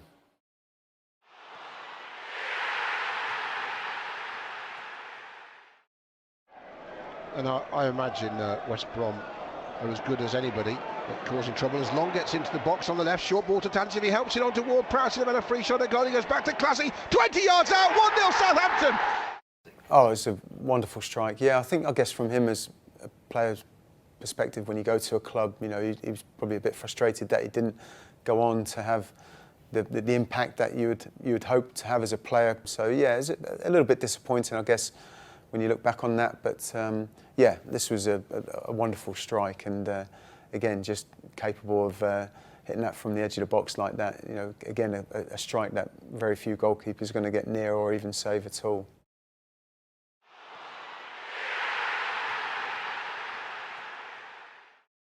Picks it up on the edge of the penalty area, right-hand side. Short pass toward Prowse. His shot is blocked. Down to Ramirez with a superb volley. Well, that's come completely out of the blue. Gaston Ramirez was hailed as a marquee signing for Saints, but in a way he was a bit like the signing of Gouli, say, who nobody really knew a lot about him when he came, but they sort of gambled on him really at the time, the club, and it was a big fee for Saints to pay. So of course there was a lot of expectation on him, and I think that was the problem, is that he never really delivered. Almost like such an effortless shot, you know, almost out of nothing. You know, James Ward-Prowse, the header into him. You'd almost expect a player to maybe take a touch in that scenario, but to volley it like he did, the technique as the ball's coming across him, and certainly the goalkeeper had no chance of saving that. So yeah, very good strike. So many fantastic goals we're seeing tonight, and that last goal came from Gaston Ramirez again in 2013. Our next goal though comes from Nathan Redmond, and it was a huge night here at St Mary's when we hosted Liverpool in the first leg of the EFL Cup semi-final. We all remember this second leg and Shane Long's goal, but this was the goal that put us in control of the tie.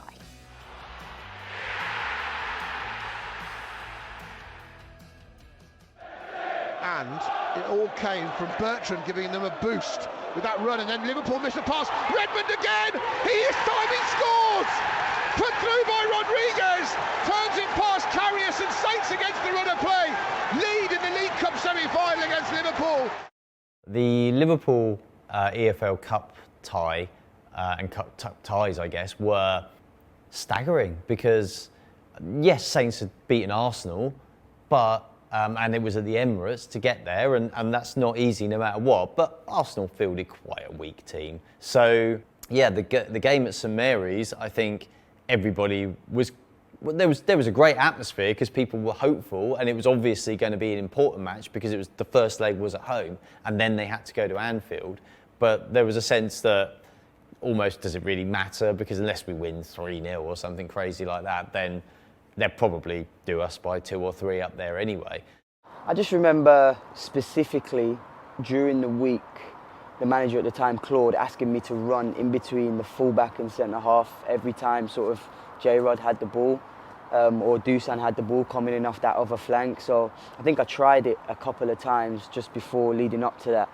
So, you know, when it actually came off and I was onside, I was thinking, just remain cool and just put it in the net. So, you know, I managed to take a touch and sort of put it in the far side. And when it went, I think it was my first goal for a while.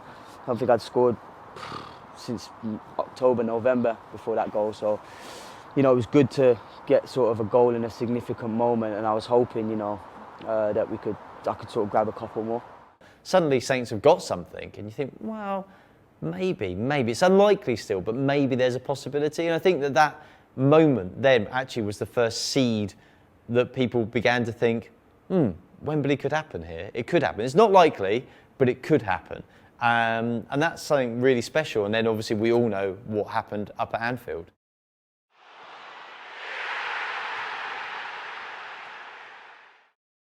One of the best days of my life, mate. One of the best experiences I've ever had as a professional footballer.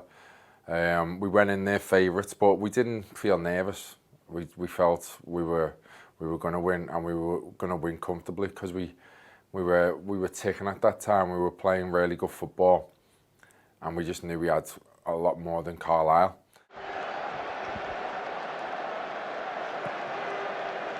One from Davis. Touch from Lambert. Lallana's in there. Antonio. 4-0 Southampton. This is turning into a memorable day for them.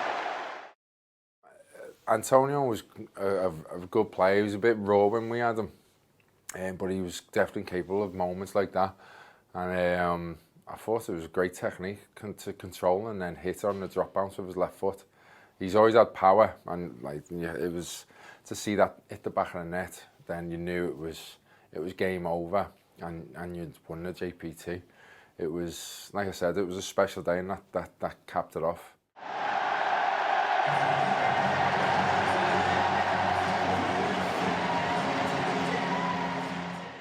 Well, what a day that was. The Johnson Paint Trophy at Wembley. And from the JPT now to the Europa League. Our next strike comes courtesy of Graziano Pella and a big night against Vitesse.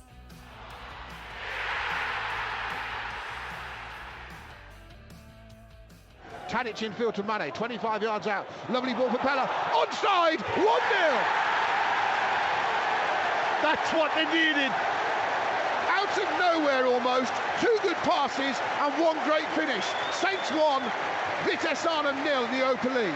I think, when you start the season so early, there's always expectation. There's a bit of a worry because you're in Europe and will everybody be in good form or good fitness? So to start the European campaign with that thunderous finish from Graziano Pella was just a great moment for everybody because everyone was a little unsure. The expectation and excitement of being in Europe was everything and everyone was so desperate to do well. So for Pella to time that run brilliantly like he did, stay on side and then just unleash a bullet that no keeper would have stopped was just a great way to start the campaign and the season.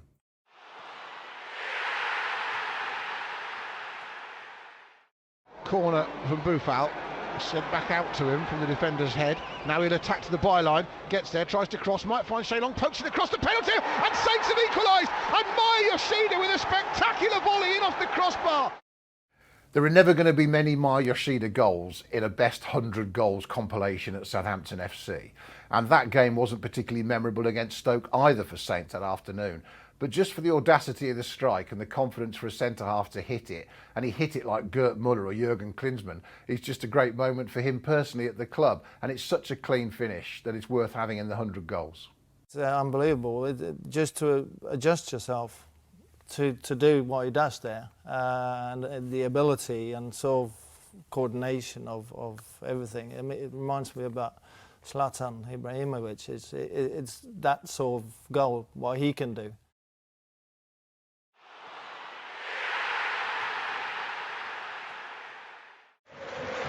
So, Leeds with the first real shot of any note on goal in this match, despite Saints' early pressure.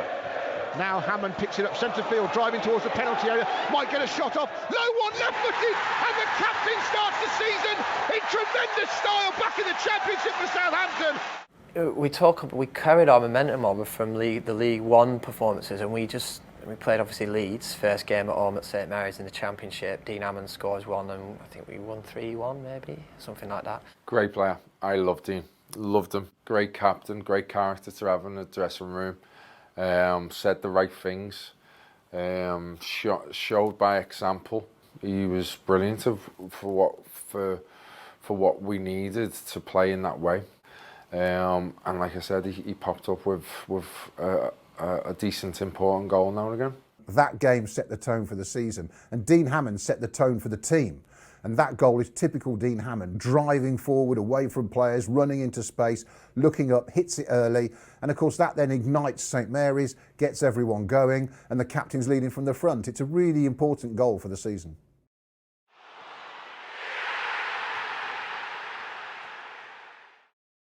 And allow Dagenham Redbridge to come into the game. I mean, they've got to keep the back four pressed to play the game in the opponent's half.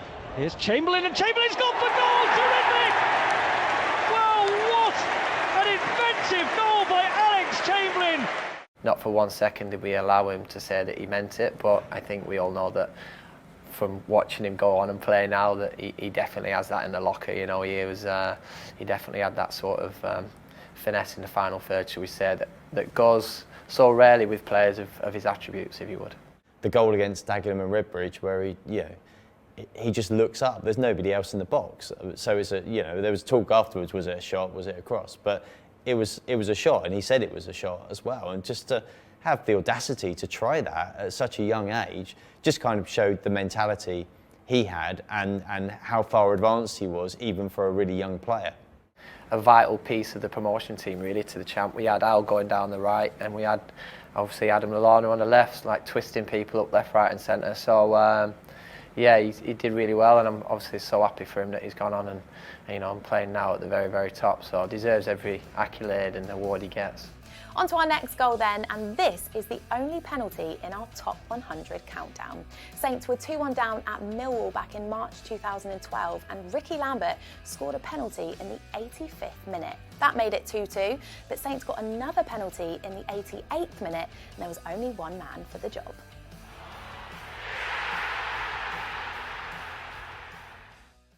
Every time you go to Millwall, you know it's going to be tough. Tough from the crowd, tough from the team, never a nice place to go. The atmosphere is vile at times, sometimes there's no denying that. It's a test of nerve. And who do you want to step up and take crucial penalties when you need a test of nerve? Ricky Lambert. Pretty much every time we got a penalty, I didn't actually feel nervous. You know, for so long we had such a really good record as a club. You know, because, I only missed one. James Beattie, I don't think, missed any for the club. And then we had Ricky come along after that. Dodsey was pretty good when I wasn't taking them. I've never been as nervous. Never been as nervous in my life taking a pen. And I've taken, I've scored at the Etihad, and I've scored, you would think, more pressured situations. But I didn't know where to put the pen. In my mind, I always have a spot. I'm going to hit that, I'm going to hit there. But as I put the ball down, I was changing my mind. And for the first time, the confidence just went, poof. It went, completely went. I did not know where I was going to put the ball. And I knew it was for the win. And as I ran up, I was going to go left. And at the last second, I've just turned my foot a little bit and it's hit me heel. Horrific penalty, but it's gone about this far away from a studs, just in the middle of the goal. And obviously, it looks like I've meant it. It looks like I've just scored another pen. But mate, honestly, that's probably the closest I came to losing the record.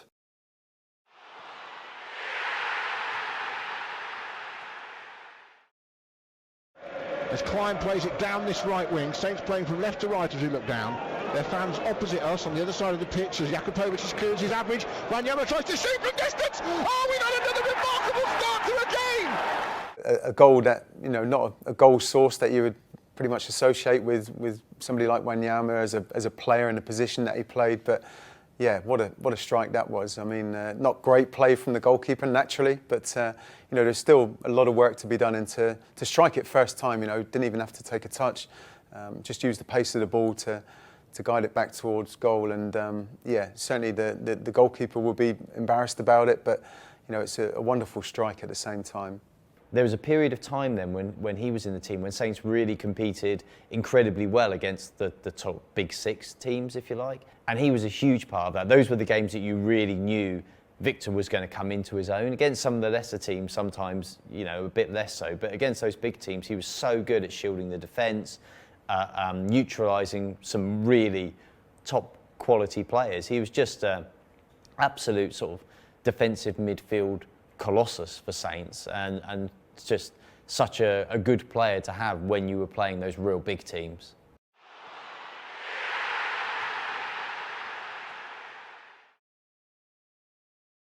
Shaw has got behind Azpilicueta. He's driving down the left wing. Luke Shaw still going towards the penalty area. Crosses in behind everyone. Comes to Punchin. Sits up. Volley 2-2. What a goal that is! Strike from Jason Punchin.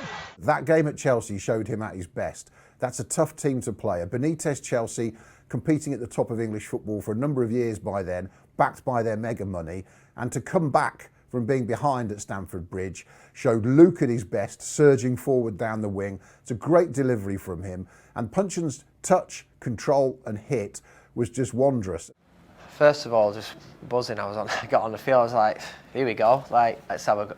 And then obviously that sits up so nice for Punch, and the quality he had on his left Duke, he just bam, again, strikes it so clean, crisp, keeper had no chance. And I think at that time, obviously, big result.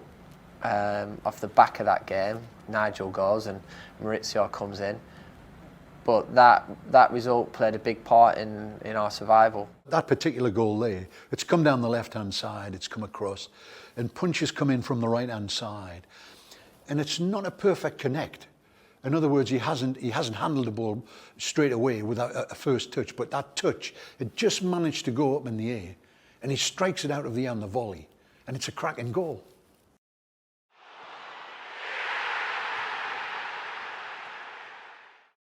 So Ward-Prowse is over this, and it's in a good position for him with his right foot. It's left of centre, about 8 yards outside the penalty area. Should be able to get it up and down. He takes it, and he does get it up and down! And James Ward-Prowse scores again for Southampton! As everyone's seeing today, he's the best free kick taker in the league, and it doesn't surprise me, to be honest. I can remember from very early on with James, seeing his technique, I just thought, woof, he can get some power into that. And he could get the dip as well. Normally it takes a young kid a while to get the dip, but he had it straight away, and I was like, he got put into the first team pretty much straight away. So me and him was practicing with a couple of others most days.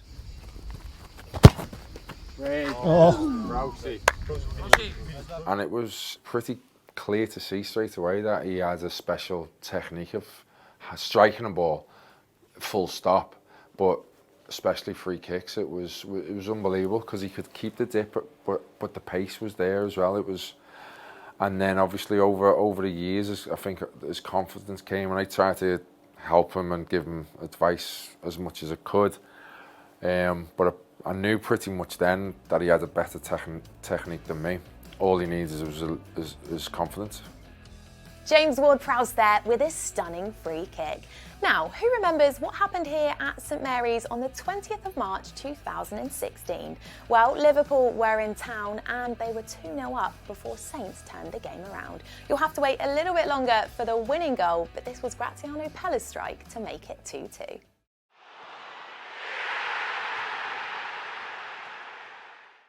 Hits a long ball looking for Pella. Can they get around him? It comes down for Davis into Shane Long. Good touch for Pella. Pella onto his left foot. He shoots! He scores a brilliant goal! Those are the days that you remember, I guess, when you follow Saints, and Graziano Pella's goal against Liverpool. I mean, I think Stephen Davis plays it in. Shane Long kind of off balance lays it off, and then Graziano puts it onto his weaker left foot and bends it in the corner. And then in that way that you expect of Graziano, he kind of wheels off to celebrate in front of his adoring public with not a hair out of place on his head, and despite having been roughed around for a while and perfectly manicured facial hair and just looking, you know, $1 million like he always did. Some players don't handle, they can be really good players, but they don't handle pressure games particularly well.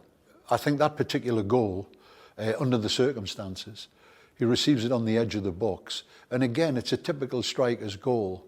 He struck it on the turn, caught people by surprise, caught the goalkeeper, and he surprised me as well. He was on the turn, and again, he gambled and got away with it. And those are goals where you surprise the goalkeeper. The goalkeeper might be reading the game, expecting something else, but you catch him. And if he's not alert, like he did there, again, another good goal.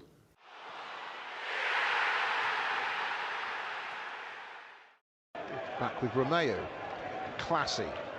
Ward-Prowse has come off that right side. Lets the booth out, 30 yards out, lines it up left-footed. Oh, what a strike! What a goal that is! Sofiane's got so much ability. From the day he walked in, it was just so blindingly obvious this guy had something very, very special. And the question has always been, can he produce it regularly enough in the Premier League? But when you see some of the goals he's scored, I mean, they are absolutely top draw. And it's just always been the consistency. Can you keep getting it out of him week in, week out against different types of opponents? But the goal against Middlesbrough, he scores, he's cut inside, he's got it on his left foot, and it just goes to show kind of the ability he's got, that he can just sort of set it outside the post, curl it back in from 25 yards. Yes, the keeper is kind of gesticulating, I think, after it's gone in, that I couldn't see, but it's still such a precise finish, and it's so technically difficult to achieve it, and there's no guarantee the keeper even would have got there had he even seen it, because it was so sweetly struck by Sofiane, and it's just a great example of what he can bring to the team. Okay, our next two goals actually belong to the same player. That man is Jonathan Fort. He was the super sub that got Saints League One promotion back on track. 2-0 down at home to MK Dons before 2 goals in 2 minutes turned the game around. Goals number 34 and number 33 belong to Jonathan Fort.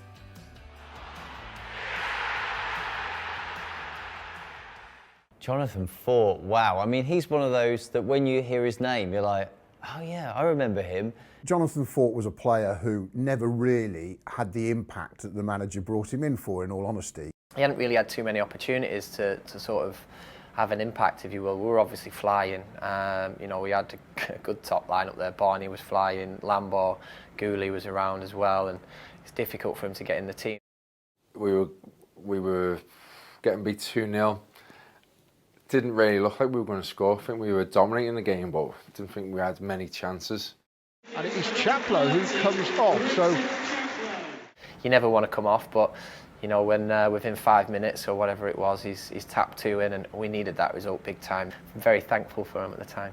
Left-hand edge of the penalty area, good cross towards the front, it might fall for Ford, and his first touch of the game, Jonathan Ford, volley Saints back into the match. Lallana brings the ball down on the edge of the box, he's allowed to bring it down, he's got Harding on the overlap, Harding to the byline, low across the 6-yard area, and Ford scored again! It's remarkable at St Mary's! 2 touches, 2 goals, 1 minute! Jonathan Ford, what an impact that is! Yeah, it was pretty incredible, to be honest. It was, yeah, just out of nowhere. He's popped up in the right spaces. Got his first one, great finish, left foot, and then second one. And to see it go in, obviously I enjoy seeing anyone score a goal, but it was really special that time because he'd been in and out of the team. He wasn't playing that much. And then to get that moment, it was brilliant, and I was made up for me. Like you could see in his celebration how much it meant to him. It was us, I think, Peterborough and Huddersfield fighting it out at the top, and just no one lost for like ever. We'd win. We'd check the fixtures after the game, and everyone had won again, and we was like, here we go again.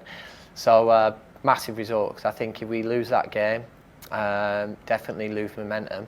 Whereas it was, obviously, we kicked on from there and we never looked back. I think it was an important moment for Saints. Had they lost that, you worried kind of where their season was heading and if it was going to be having to try and get through the playoffs, which is not what anybody wanted out of that year. But kind of the momentum that gave them and the springboard really, I think, pushed them forward to get over the line and get up automatically.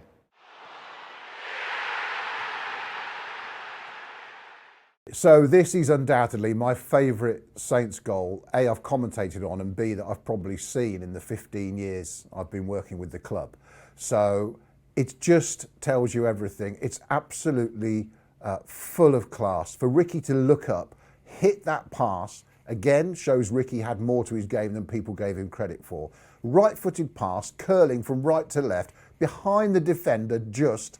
J-Rod picks it up. He's been transformed playing off the left by Pochettino. Cuts in, doesn't try and keep going, just looks up and hits it. It's a fantastic goal. They cut Fulham to ribbons at times, and that was the ultimate breakaway goal for Saints that I've probably ever seen, along with Shane Long's in the League Cup. Just a fantastic moment of skill from both players. It looks a brilliant pass, to be fair, but that's only because like you're passing to J-Rod. He makes passes like that look. Because you know if you can just put it in an area, he'll get onto it and he'll make it look like a brilliant pass. But people only talk about the pass because he's ran 15, 20 yards and put it in the top corner. But that season, it was a pleasure to play with him and Ads. I mean, it was a pleasure to play with all the lads. But I do have to make an exception for Ads and Jay. That's the best I've ever enjoyed playing football, was when I was up front with them too. It was brilliant. I mean, it still feels slightly sickening to think about the injury that he suffered, and then not only that, but the setbacks in his recovery and the infections in his knee after the operations and things. Because though he's still done well and he's gone on and he has recovered from the injury, that player that he was was lost. He's still got the technical ability to be able, because he's so good, to be able to play. But actually that real speed, that real oomph, and the trajectory he was on. I mean, I remember speaking to people I knew at the FA who were saying he was 100% on the plane for the World Cup. And just a few months before he gets that injury. And that's the trajectory he was on. And that was just such a shame for a player who was as good as he was and sort of had completely felt like he had the world at his feet, Wow, where did that time go? We're already at goal number 30. We really are at the business end of this countdown. If you are just joining us, I'm Kenzie Vanali, and we are counting down the top 100 goals of the decade. Now we're throwing it back to January 2010 now, the very start of the decade, and this wonder strike from a Southampton defender.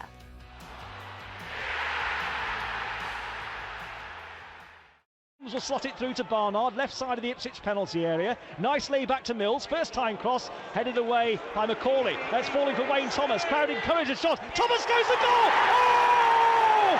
Screamer! Oh my God. He was one of the players like me that was taking a lot of stick for not scoring a lot of goals. Never thought that he was a defender, obviously, but he had that technique on half volley there was unbelievable. So as a defender, it's one to treasure for the rest of your life. His celebration, he played it really cool, but I think the look on the faces of his teammates suggested that he's not hitting many of those in training very often. It was an absolute screamer, straight into the top corner. Wayne Thomas was a kind of a big, bulky defender in that real traditional sense of the word when Saints were down in the Championship as well, a real big bruiser type. So you weren't really expecting him to get forward and stick it in the top corner with the outside of his right foot from 25 yards. I think of all his time there, it's probably the most appealing and memorable moment of his entire career at Saints. I'm sure he probably is still watching that one back now.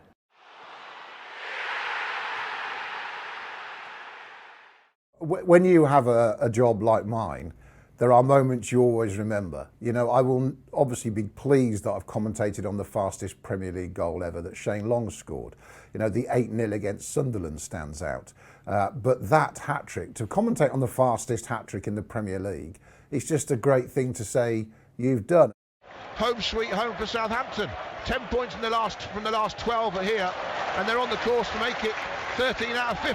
Lovely 1-2 down the left-hand side, and Shane Long's away in behind the defence, edge of the penalty, squares it, Mane for a hat-trick! That's an unbelievable hat-trick to Sadio Mane! That's a hat-trick in 2.5 minutes for the Senegalese striker! That's got to be one of the quickest hat-tricks in Premier League history for Sadio Mane, if not the quickest.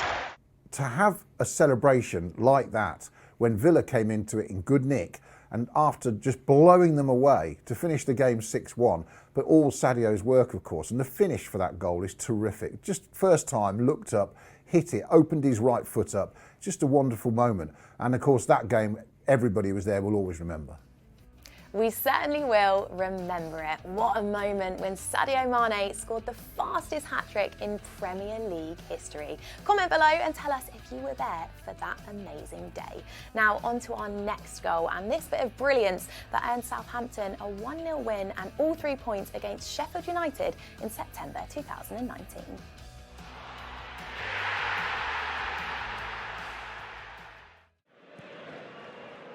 Now, poor pass from Sheffield United, and Adams has got the ball round Norwood. There's all sorts of yellow card going on there, but he's still going, Genepo. Oh, it's brilliant!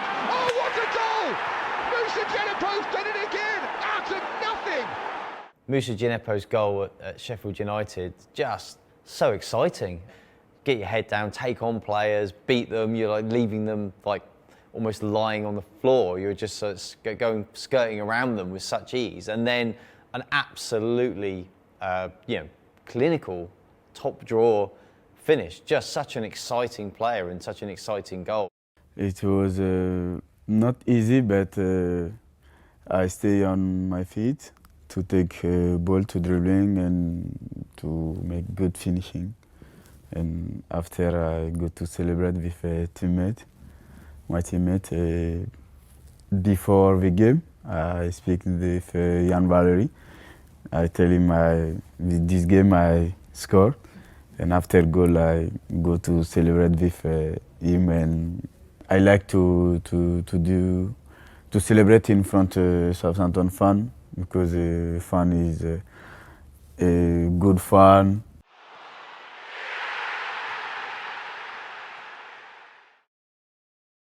Richard Chaplow over the top, Billy Sharp stayed onside, the flag stayed down. Puncheon now, a couple of little step-ups, Puncheon! Oh, what a goal! Super talented, see it there in that goal, score them all day in training. along with putting everyone on the backside regularly with his chops and whatnot, and more than capable of scoring goals like that. And it wasn't his only one. He obviously scored like that. So yeah, a couple of touches, bish bash, bosh, in it goes. Off the thigh, little juggle, left foot volley. Do you know what I love about it? You know it's a good goal when the goalkeeper doesn't even bother diving. He just stands there and goes, actually, that's too good. I can't even get anywhere near that. Yeah, one of Jason's highlights in his Southampton career, without a doubt, alongside coming off the pitch to go to the toilet, probably. I think the one thing is that when he actually made it onto the pitch and was really kind of focused on his game, he brought a lot to Saints in that period. He was technically very good. He could contribute goals. And just kind of as a character, he was quite a sort of pugnacious type of character, which I think was obviously part of the reason that he was in and out of favour so much. But when you see goals like the one against Stevenage, where he does the couple of like little sort of almost keepy-ups, and then just what looks like it could be a wild swinger of a volley that goes into the back of the stand, but in actual fact rockets into, you know, sort of dips into the top corner.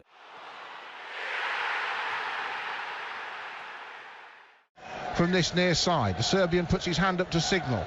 Plenty of movement in the box. Curls it in. Ospina stays on his line. It comes back out all the way to Klein. Will he hit it? He will. Drills it! Oh my word! You do not see many of them in a season. Well, that goal out of them all, that is what I call a humdinger. It's come out from a corner. It's been defended well. He's come from a full-back position, but rather deep.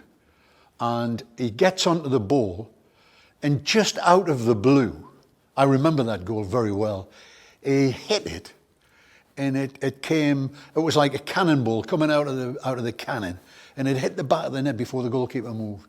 It was a tremendous, tremendous goal, but a goal that was just totally unexpected. Right, Saints fans, 25 more goals to go. Which do you think will be the winning goal, and which goal has been your favourite? Right, let's continue the countdown then. Number 25 belongs to Tadanari Lee. This was his only league goal for Southampton, but it certainly was something special.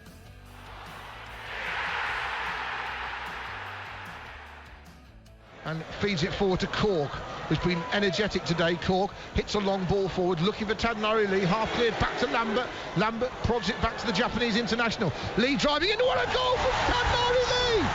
I know what it's like to score a one and only goal, so and you know, mine was a header, but Tadanari Lee's, you know, finish there, that was absolutely incredible. Tadanari Lee showed flashes of being a player that actually you would really want, but in the end it didn't quite happen. And the goal that he scored, I mean, it sort of kind of goes down in history as one of those sort of random I was there moments where, you know, he picks up the ball, left-footed, pings it into the opposite top corner, does the full celebration, and everybody's like, wow, this guy, I mean, wow, this is what he's got in the locker. And then it's like, well, we didn't really see much more of that. In that one, he's got himself shifting it onto his left, and that famous celebration. You know, no one knew where it was coming from, but he was just so happy after, because again, limited opportunities to make an impact. Came into a team midway through the season that's flying, and it's hard. I've been in there on the other side of it, and super important goals, really important.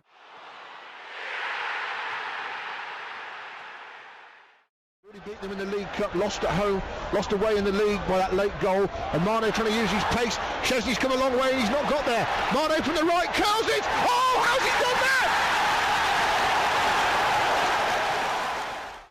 that? He is one of those special players. He's become one of those special players. His ability today, we were lucky to have him for a few years at this club. Obviously, we saw what he could do for us, and now he does wonders for Liverpool. That goal, if you saw somebody score that goal in Brazil, people would rave about it. They would say, he's going away from goal, he's on the dead ball line, he turns, there's nothing on, and he gambles believes in himself, shows the ability, and whips the ball in. I actually believe he's going for that. The defender might have got a touch, but never mind. I still think that ball would have gone in. But to get to the byline, it's such an acute angle where you haven't really got support, and you take a gamble. The technique and the ability to deliver that was quite phenomenal.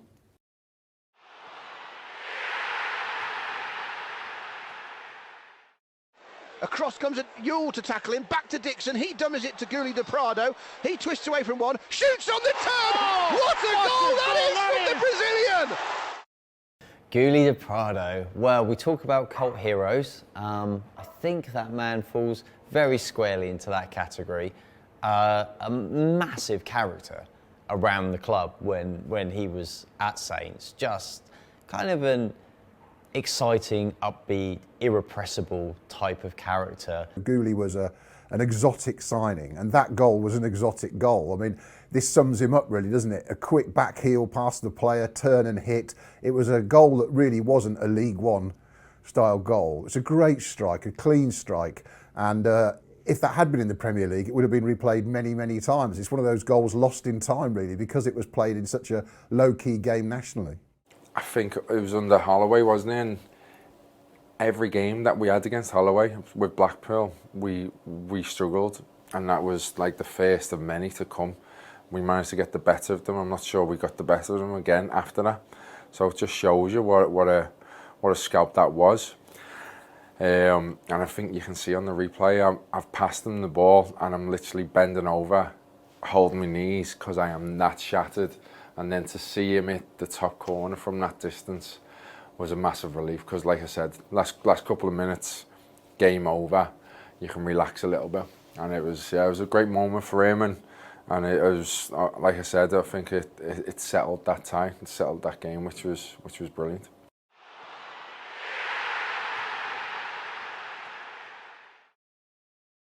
But the ball's come out for Redmond on the inside left. Redmond drifting across the edge of the penalty area. Rodriguez will shoot on the turn, and a fantastic strike. Jay Rodriguez, he's back. It's an unbelievable strike, man. Yeah, I think I just turned on the ball, just wanting to sort of get out of a tight situation. And as I've taken a touch, I think it's just a little bit too heavy. And I just saw the defender coming out, so I tried to poke it. But he's got there before me, and it's hit me in my dish. And then it's landed to J-Rod. And before I could even sort of lift my head up, he's hit it. And then I just saw it in the back of the net, and I was like, wow, what a strike. And I was thinking, I hope I get the assist, to be honest, after the game. Wow, so many amazing goals that we're seeing on the show tonight. Some strikes there from Sadio Mane, J-Rod and Gouli.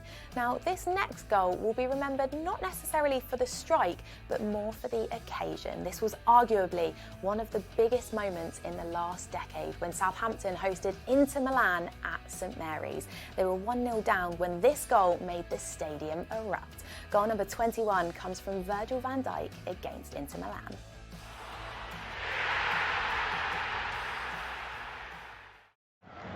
Corner comes in again from the left. This one's dangerous. Headed up in the air by Icardi. Still in the penalty area. Across it goes to Romeo. Chips it off the crossbar. Van Dijk on the follow-up. Southampton equalise. And Van Dijk scores. The captain of the night. A fantastic moment in the club's history, really, to have Inter come and play here. You know, that was just a special time, and that all the fans that went out to Milan had such a brilliant time. Both games against Inter Milan are two things that I really remember. The surreal nature of turning up at the San Siro, and you've covered Southampton Football Club all the way down through League One, and you've done your Hartlepool's of the world, and now, wow, we're at the San Siro. And then Inter Milan coming into Southampton. I remember all the excitement around just their players, their team, their squad. Such a giant in world football, European football, playing Inter Milan. And I remember the atmosphere in the ground that night was just absolutely electric, and disappointed to have gone a goal behind and obviously missing a penalty in the first half, but to show the character and resilience to come back into the game. When the equaliser went in, there was a real sense of kind of relief, because I think there was beginning to become a feeling of this just isn't going to be our night, this isn't going to happen. And when you've had the big build-up there was to that game, I mean, there's so much hype around that fixture just because it was such a significant night, not just for the football club, but for the city as a whole to be hosting something like that. There was kind of that feeling of, yeah, okay, the equaliser there, but Saints have played really well even up to that point. So I think there was a feeling that, okay, this is it now, we're going to go on and do this. And obviously Saints go on, get another goal, and it's just a magical night at St Mary's. Well, there we go, 80 goals down, and we're now into the top 20. The order of these has been decided by you, the fans. So what are we waiting for? Let's get cracking. This is the top 20.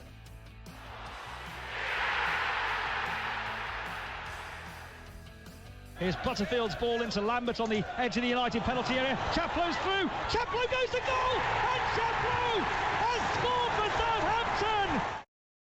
You know, what a wonderful strike that was. I mean, breaking into the box, that's what you want from your midfield players. And it was a pretty tight angle, and to finish high into the top of the net like that was a great finish.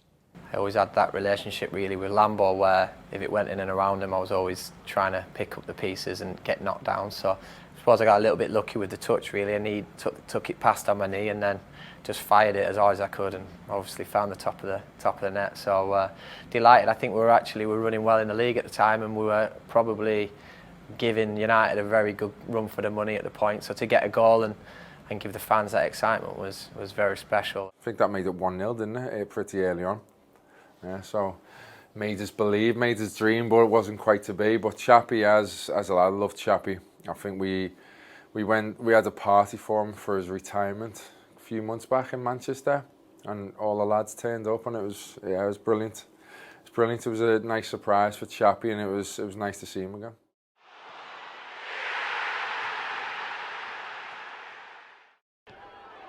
Decent ball in too.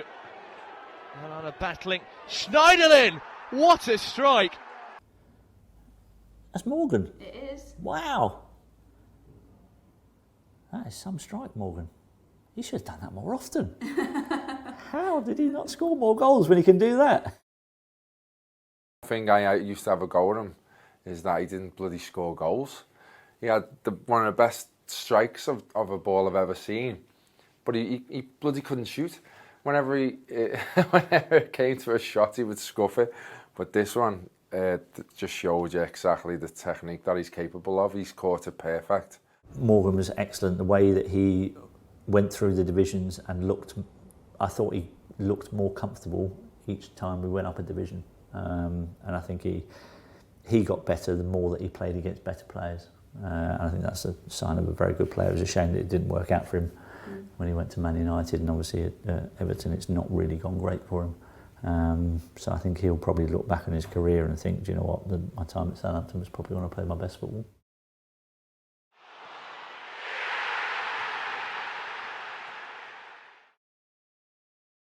Elianusi down the right wing. Lamina's giving him an option on the outside, but Elianusi's still going, and he had time and space and hit it straight onto the head of Dunk. Then a long distance shot! What a goal from Pierre-Emile Højbjerg! Yeah, absolutely tremendous. Again, ball sort of being cleared by the defenders, and you think it's safe. And I think what made the strike even more incredible was it was a wonderful goal, but just that he didn't have that sort of build-up or 3 or 4 paces to generate that power in the strike. So it was almost like just a step, maybe 2, to unleash that with such accuracy as well. Was an absolutely awesome finish. He picks it up. He's I don't know, maybe he's about 25, 30 metres from goal when he hits that ball. The defender's coming across him, trying to block him, can't get there, lifts his leg up, but by the time he's struck the ball, it's gone underneath the leg and it's heading towards the far post.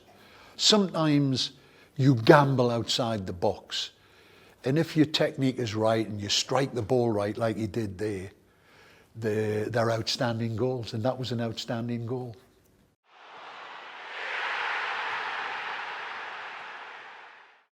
Unbelievable. I can remember the tension in that ground, that game. It was fierce, because obviously there was a bit of history with our manager, their manager, what got said, what didn't get said. A couple of final ones. Will it be you and Brighton fighting out the title, do you think, at the end of the season? Well, if they can keep with us, maybe. And we didn't do the Guard of Honour, which might have been a bit wrong of us not to do, but I think you could see in Atkins' eyes he wanted that win more than any win of the whole season.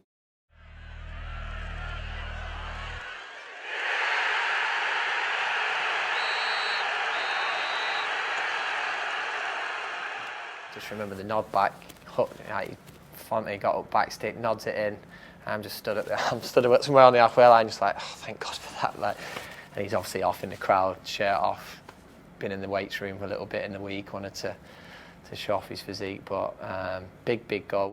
Bill Shankly used to talk about an alehouse goal. What he meant by that was trying to create a goal and panic in the 18-yard box. So it doesn't matter how you get it, hump it up there, get it in there, create the pressure and get the bits.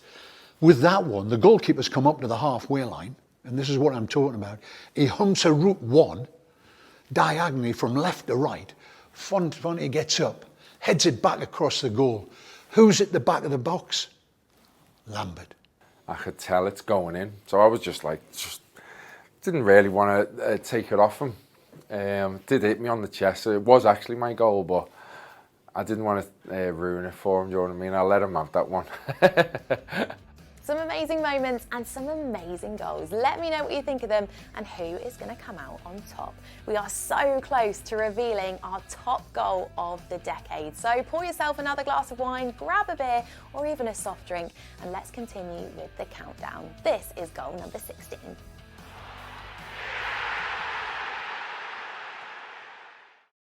That game is one of the iconic, most famous games St Mary's has seen for me. It had everything. A team losing a game at home, desperate to turn it round. In the box, 12 yards out. Sturridge shapes the shot. Low hit, 2-0. And then for Sadio to come off the bench, I think, that day, and to do that, to turn it round. I'll never forget it as a commentator because I went berserk. Skirtle will try and win the header. Ward-Prowse will try and get there first. He's done well. Pella gets it to Mane. Mane's in the box. Yeah, 3-2! Fabulous football at St Mary's. What a comeback this is. Everyone went mad at St Mary's. It was Liverpool after all. You know, Southampton have always been a side, you know, that we've been capable of taking a big scalp, and that just breeds a bit more confidence as well, especially if you're doing it on a more regular basis. It does wonders for the team itself, you know, to get that belief in the team. He doesn't even think twice. He has no hesitation, and he just plays the ball so quickly. Great confidence in his own ability, Mane. It was almost a perfect game. It was a film script of a game for Saints, and I would rank that in one of the top 5 matches that St Mary's has seen with Southampton playing. It was just a great thing, and for Ronald Koeman to be racing down the touchline, completely losing the plot, was just part of the magic of that moment.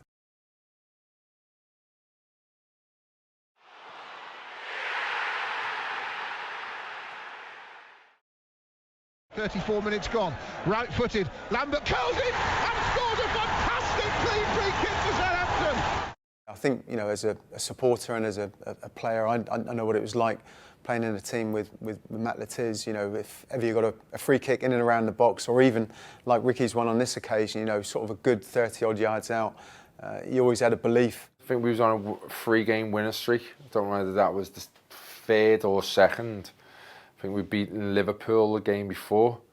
But yeah, I've been practicing free kicks, and like I said, I was in a Hall of Fame form, and I knew if I got it over the wall, the way I used to take it, it used to bend, keep on bending and speed up as well. And I think that's what beat Czech in the end. It was, it was one of my best. No surprise really when he did step up and deliver with a strike like that, and almost makes it look really easy when it's actually really tough to score from that sort of distance. Working with Adam Blackmore at BBC, I said to him that this guy will get selected for England. And when we put that out on air, I think we got a lot of laughs and a few comments as if we didn't know what we were talking about. Shortly later, he was selected.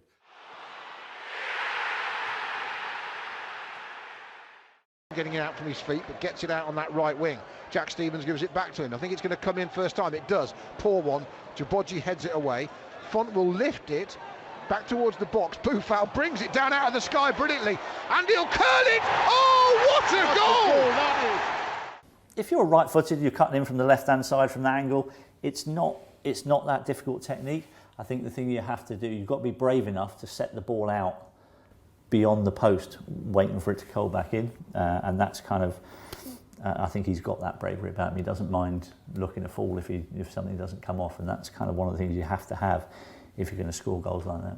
Well, I think for any of us now that have seen Sofiane for some time, it's no surprise. I mean, the touch is just ridiculous in the first place. To just kill the ball like that when it's coming across him and from such a height as well was a fantastic piece of skill.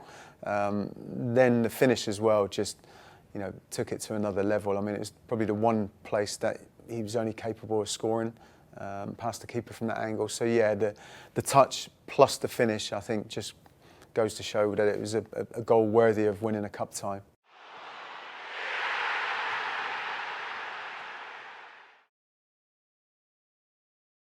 Whipped in by Ward-Prowse. Goalie stays on his line. Heads up in the edge of the 6-yard box. Half away.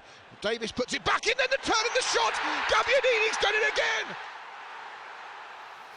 Yeah, that was a game where I thought we were robbed. I thought we were the better side. We performed better than United on the day. I think I'm coming short to Prowse and then spinning back in the box. And I just remember the ball coming back in. And then I blinked and it's in the back of the net. And I'm like, what's he done there? At first I thought he backheeled it. But then when sort of you're running back, I think when you're sort of celebrating and the goal comes up on the big screen, I'm looking at it, I'm like, didn't see that coming at all. Just remember in the stadium at the time, it was incredible to sort of get back into the game like this. And, the corner coming in, almost like their first header being cleared and it just dropping to Gabbiadini virtually on the penalty spot. The way he just sort of spun and struck it, as quick as he did, left-footed, was such an instinctive finish, but just left De Gea with absolutely no chance whatsoever. I mean, De Gea is just rooted at it, looking at it going into the back of the net. And yeah, certainly gave us a real buzz around Wembley that day at that stage. And yeah, such a shame that it didn't work out differently. We could have done with VAR on that game, which might have, who knows, might have turned out a little bit different on the day for us. 12 more goals to go. We're getting closer, everyone. Our goal of the decade will be revealed soon. Now let's take a look at these two strikes that narrowly missed out on the top 10.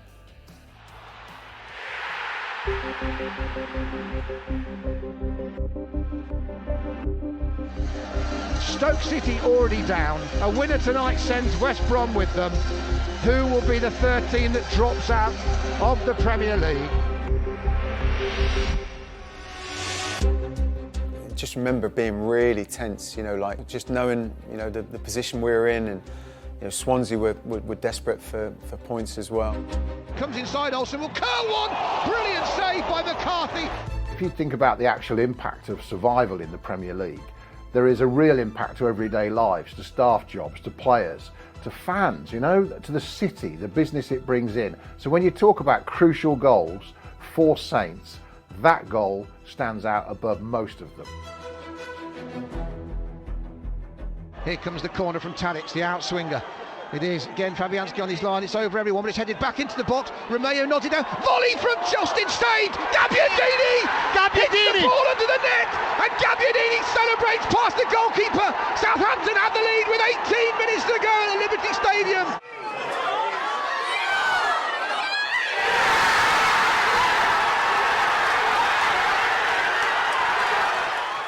The importance of that goal was massive at the time.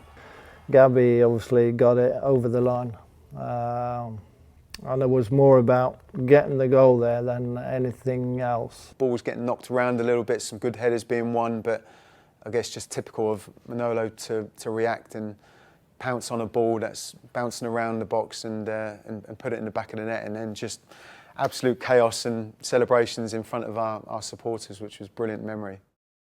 It's got into the box, you don't know what's going to happen. It's like a ping pong table. The ball drops down and it's who's first to the ball. But who's first to the ball? What did I say to you about Gabbiadini earlier on?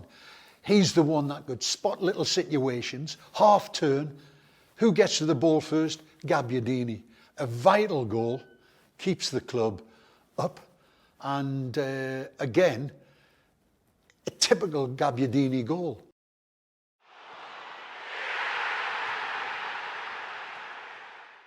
Then the third goal, of course, was Saints breaking down the left. A nice one too, actually. Shane Long got put away. Was it Stephen Davis who put him away? I thought Long did well. Now Long's got another chance from distance. Oh, what a goal that is! Because of Sadio Mane's hat-trick in that game against Villa, it's easy to overlook Shane Long, of course. At the time, a bit like last season when Hasenhüttl got him in great form, Ronald Koeman had a spell where Shane Long was terrific for him, and that was that period. And to score a goal so outrageous in a game like that, he's fully 35 yards out, and he's not just lobbed it, he's curled it, hit it well, keeper scrambling. It's a great finish that could easily be overlooked and forgotten in the midst of Mane's great hat-trick.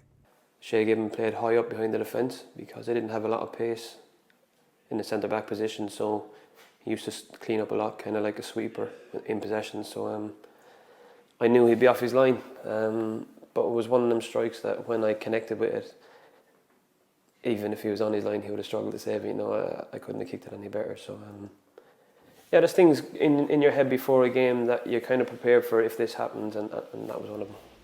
We've made it. The top 10 goals are here. So remember to keep commenting, tell us where you're watching and what your favourite goal has been from the last 10 years. This is goal number 10. Well, it's just something that we've been working towards as a club for quite a few years. Then that was the pinnacle of my desire and hunger. Well, there was no more surprising piece of team news than that which broke, letting us know that Ricky Lambert wasn't going to start the game. And then, bang, you're on the bench. Obviously, I knew what he was saying, but completely disagreed. The way it turned out, obviously it looked like it worked, but I just couldn't get my head around it. And to be fair, it did help me, because when I came on, I wanted to kill everyone, to be honest. I played against Company and Lescott, and I just didn't care who it was. I was like I said, I was an animal back then. Lallana, Fox going outside of him. Lallana to Prado. Ward-Prowse, Lambert, Ricky Lambert! There's your man! How long's that taken him?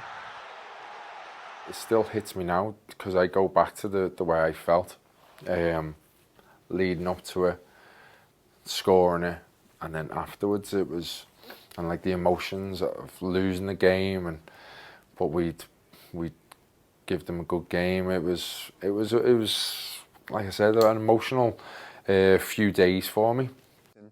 A big moment, I think, for not just the club, but specifically Ricky. The journey that he'd been on through the different levels of football, and almost wanting to step up and prove what you're capable of at that heights. And yeah, to come on and within what seemed like seconds, sort of finish like that. I don't think there was any doubt. It was a decent little build up from the team, and as soon as that little ball just almost like dropped back to Ricky in the box, you pretty much knew as a Southampton fan what was coming next. And the scenes that we saw there, the footage of Ricky running off towards the supporters was, probably an image that is ingrained in so many people's minds, and a wonderful start back in the Premier League. Not result-wise, but obviously sort of with Ricky scoring, and just that belief, I think, that we could compete back at that level. It was, yeah, like I said, incredible. A moment which I never thought could ever be beaten, to be honest, mate. The emotions running to the crowd.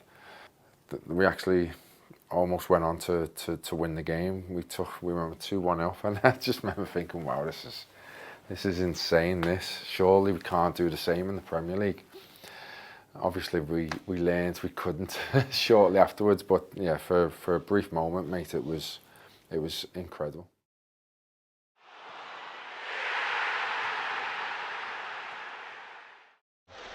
Now, Ward-Prowse from about a yard outside the D, slightly left of centre, looks up, curls it, and gives Southampton the lead! Amazing moment. I was in the Soccer Saturday studio, and when the free kick was given, I knew that he'd scored the week before at Man United. So I knew his confidence would have been right up there. And when that free kick was given, I was almost like, wow, this is going to be like a penalty. And when it went in, obviously we were 1 down in the game. This was to take us 2-1 up. And that was a brilliant moment for us, because I think that was a moment in that game where we realised, I think we are going to stay up. I was really pleased for him, because I think he'd battled so long here with a lot of different managers, trying to make sure he was a permanent fixture in the team. And he'd had periods of time where the manager didn't really fancy him, didn't play him that often, and he battled away and he got his head down. The new manager came in again, told him what he wanted from him, and he went out and did that, and he really turned his season around. And I thought back in the second half of last season, I thought it was outstanding. This particular time, if you look around the country at players who have the ability to deliver corners and free kicks, he's probably in the top 6. And you get anywhere near the goal, and I think goalkeepers would look up and think, oh, danger. Well, if you get him in and around that 18-yard box at the right distance, he can score from dead ball situations. And like I say, dead ball situations are important. And when you've got a player like him who can deliver quality corners and quality free kicks into the box, but you get him round the goal where there's an opportunity to strike one at goal, very, very dangerous.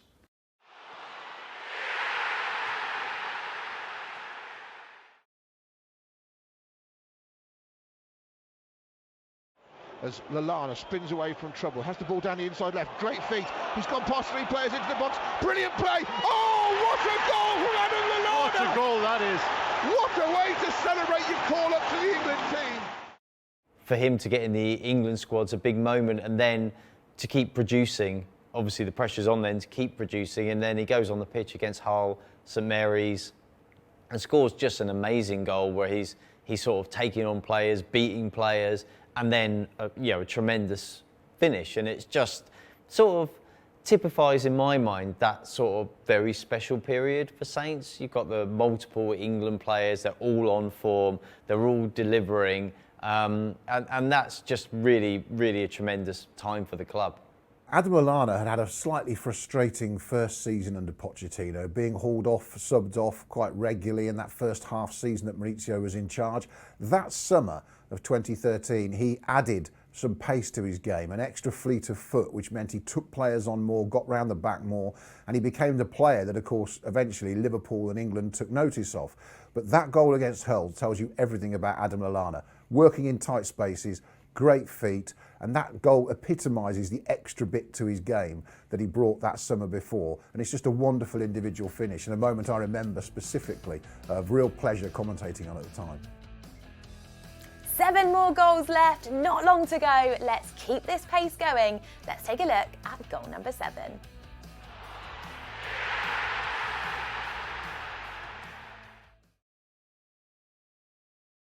And then Redmond turns it to Austin, and Austin does well to find Valerie, picks it up and drives towards the box, shoots from the right-hand side and scores an absolutely brilliant goal! Jan Valerie, don't shoot from there. Oh, what are you doing? Oh, hang on. It's one of those really weird moments at Old Trafford. Here's this kid who's barely played a game, picks up the ball coming forward from right back, when really against Man United you feel like you should be defending most of the time.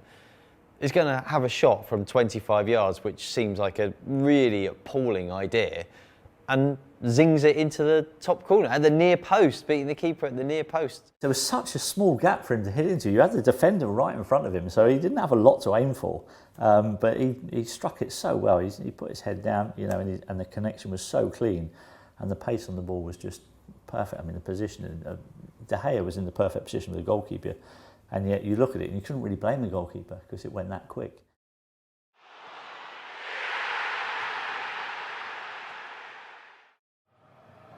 I think I tried that technique a few times, the games leading up to it.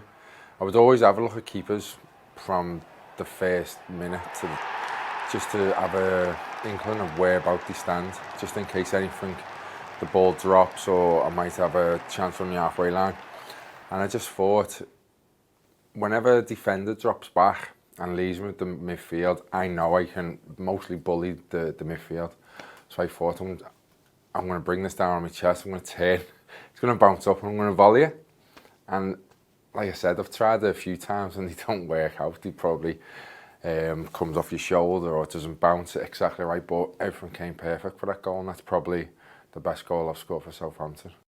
Well, I think it was, I wouldn't say disbelief is a bit wrong, because Ricky was such a great goal scorer that nothing he did was like absolutely out of the ordinary. But suddenly you get the sense that this guy, he's wearing the number 7 shirt, and there's something very special at Southampton Football Club about that number 7 shirt because of one man in particular, Matt Letizia. And it was a Letizia-esque goal in that it took your breath away. The audaciousness of it, just to even try from that kind of distance and to have the vision to do it, and then the ability to execute it. Obviously, Ricky scored a lot of goals for Saints and some absolutely great goals, but that one rates right up there, and it's so befitting of the number 7 shirt. Right, we have 5 fantastic goals coming up for you. This is where it gets serious. You've been making your predictions for our number 1 goal, but only one can claim the title. This is the top 5.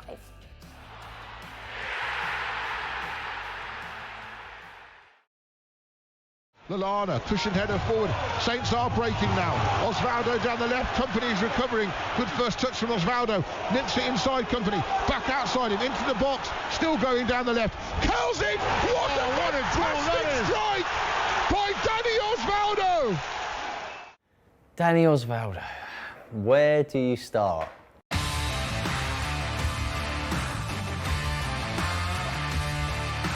Goodness me, I mean, that feels like a surreal period in the club's history. This guy comes in like a rock star, not like a footballer. Got probably the shortest fuse of anybody you've ever seen take to the football pitch, but also masses of ability, bags of ability, and the goal, the one that everybody remembers and talks about, is just. It's one of the best goals that probably Saints have had for many years. It's an absolutely terrific goal. Once he's got the defender, he doesn't even look up. I think sometimes as a striker or as a forward player, you have to gamble. And that was a pure gamble of knowing where you are and being prepared, you know, to gamble, take a chance. Other players around him. He's took 3 players out the game. The moment that ball leaves his foot, there's 3 blue shirts there. Does the goalkeeper, and it's in the top corner. Very clever goal. It turned out to be a disaster of a signing, but at least he left behind one very, very memorable goal, which I guess we could all enjoy and replay again and again.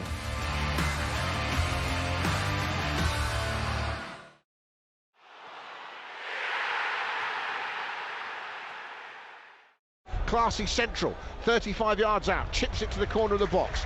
Davis nods it down for Bertrand, has time for the cross. Per Mertesacker clears it, only as far as Martina, who drills it! Oh, what a goal that is! Where did that come from? Oh yeah, so this is Cuco Martina against Arsenal. Bertrand's ball in from the box, half cleared out, or Arsenal would have. That's incredible, isn't it? I don't think anyone will forget that. And you just see it in the faces of the players, I think, and the supporters in the background. You know, all his teammates are piling into the celebrations. It was the power that it was struck with as well, wasn't it? You know, it just didn't sort of move apart from a few feet off the floor, and I think the bend as well behind it. I think there's a great view. I might get it here in a moment, but you know, sort of from behind Martina where he struck it, and the sort of curve, it was almost like outside the post, wasn't it, and then sort of bent into the far corner. Unbelievable. And on the outside of the foot, special technique, and have the confidence to just go for it at that length, far from goal, is a wonder strike that you will probably achieve maybe once, maybe twice in your career. Sometimes full-backs come late when the ball comes out. When you strike a ball like that, it can go anywhere. Sometimes it can go way over the top of the bar, way past the post, hit the corner flag.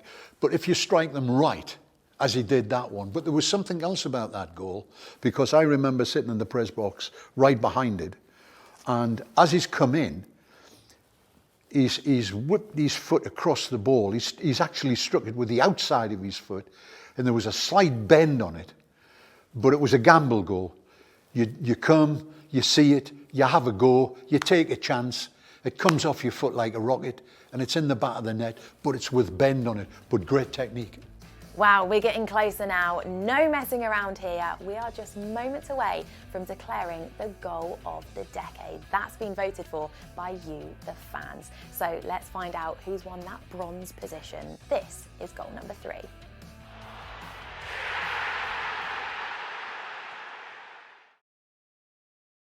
Saints attack down the right, curled in from Shane Long. Pella nods it down, then he over Krabatic. What a goal that is!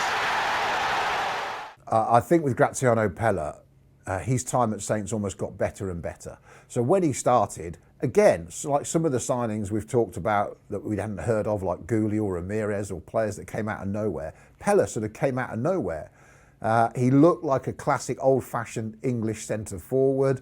Of course, he also looked like a pin-up Italian model, the way he was. Girls loved him. He was as smooth as you like. But he started with that lack of pace that can really expose you in the Premier League. So when he was running towards goal, we all thought he was a bit of a cart horse. When the side actually learned how to play off him and play around him, and they played to his strengths, he was brilliant. How do you describe that goal? Well, that's a goal where you think it's out of the blue, nothing on. Ball comes over, Tadic plays him in, he's got his back to goal, and I remember that one very well. There was nothing on for him. His back's to goal, he's flicked it up, and he's just gambled over the top of his shoulder where he struck the ball. And it was just another goal out of the blue. But great skill, great awareness, and a striker's goal with flair. Yet another memorable goal, but it hasn't won. We're now down to our final 2 goals. Can you feel the tension? Well, let's reveal the goal that has finished in 2nd place. This is goal number 2.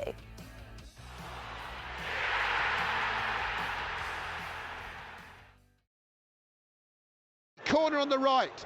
Milner takes it low into the edge of the penalty area. I didn't even see the board. 4 minutes we're going to have, but Saints are on the break and it might not matter. Sims over halfway, Long to his right. Sims directly running down the middle of the pitch. Fees Shane Long, his first touch is good. He shoots! He puts Southampton to Wembley!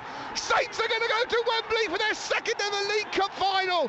I think it's fair to say that's possibly Claude Puel's best moment as Southampton manager. And I love the moment of Shane Long scoring. I love the build-up, the counter-attack, Sims doing so well. Enjoyed the commentary at the time. I really enjoyed that moment. And what I love about it more than anything is the way the away end explodes as Shane Long scores the goal, because we all knew Saints were going to Wembley. You know, when you've got an absolute speed demon like Simsy carrying the ball through the pitch, and you've got Longy right in front of him, and not many people are catching either of them. So, you know, when that ball went in, I remember jumping up off the bench, you know, just buzzing that we was going to a cup final. It was a long run from your own box. I'm back defending corners, so sprinting forward, hoping the ball would come to me. Nearly was overpassed into me, managed to get my toe on the end of it and settle the ball, and yeah, struck into the far corner.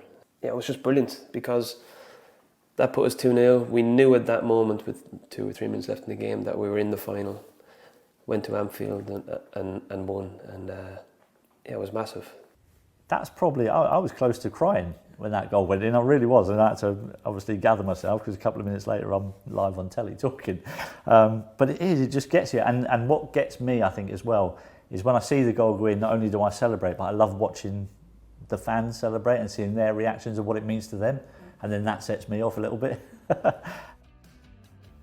Well, there we have it. It's time to reveal Southampton's goal of the decade, voted for by you, the fans. And what a moment this was.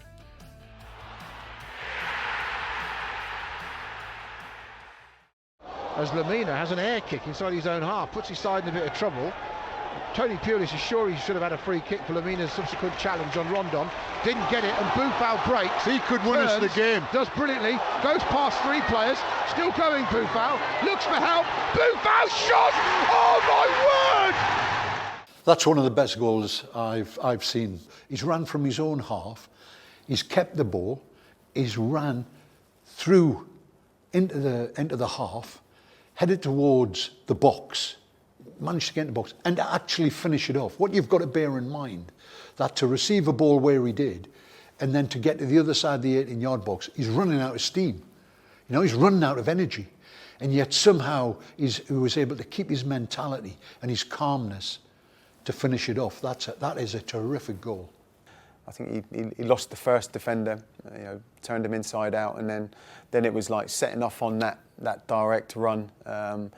Quite a calamity and quite amusing to see the 2 defenders collide with one another and end up on the floor. And I guess that just added to the uniqueness and the specialness of the goal from our perspective. And to get to that point where he obviously sort of struck to score the goal itself after running that far takes a lot of concentration and technique, and he's got that in abundance. If any goal showed the potential Southampton bought when they signed Sofiane Boufal, that goal against West Bromwich Albion not only shows that, but it's probably one of the finest goals ever seen at the stadium. No doubt about it.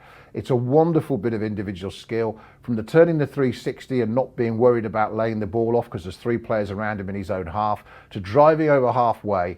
He makes space that you don't think is there. The ball is glued to his foot. He can drop a shoulder or do something that just gives him a yard away from a defender, and then to finish it like he did, it lit up an awful game at the time, and is the Sofiane Boufal moment in a Saints shirt.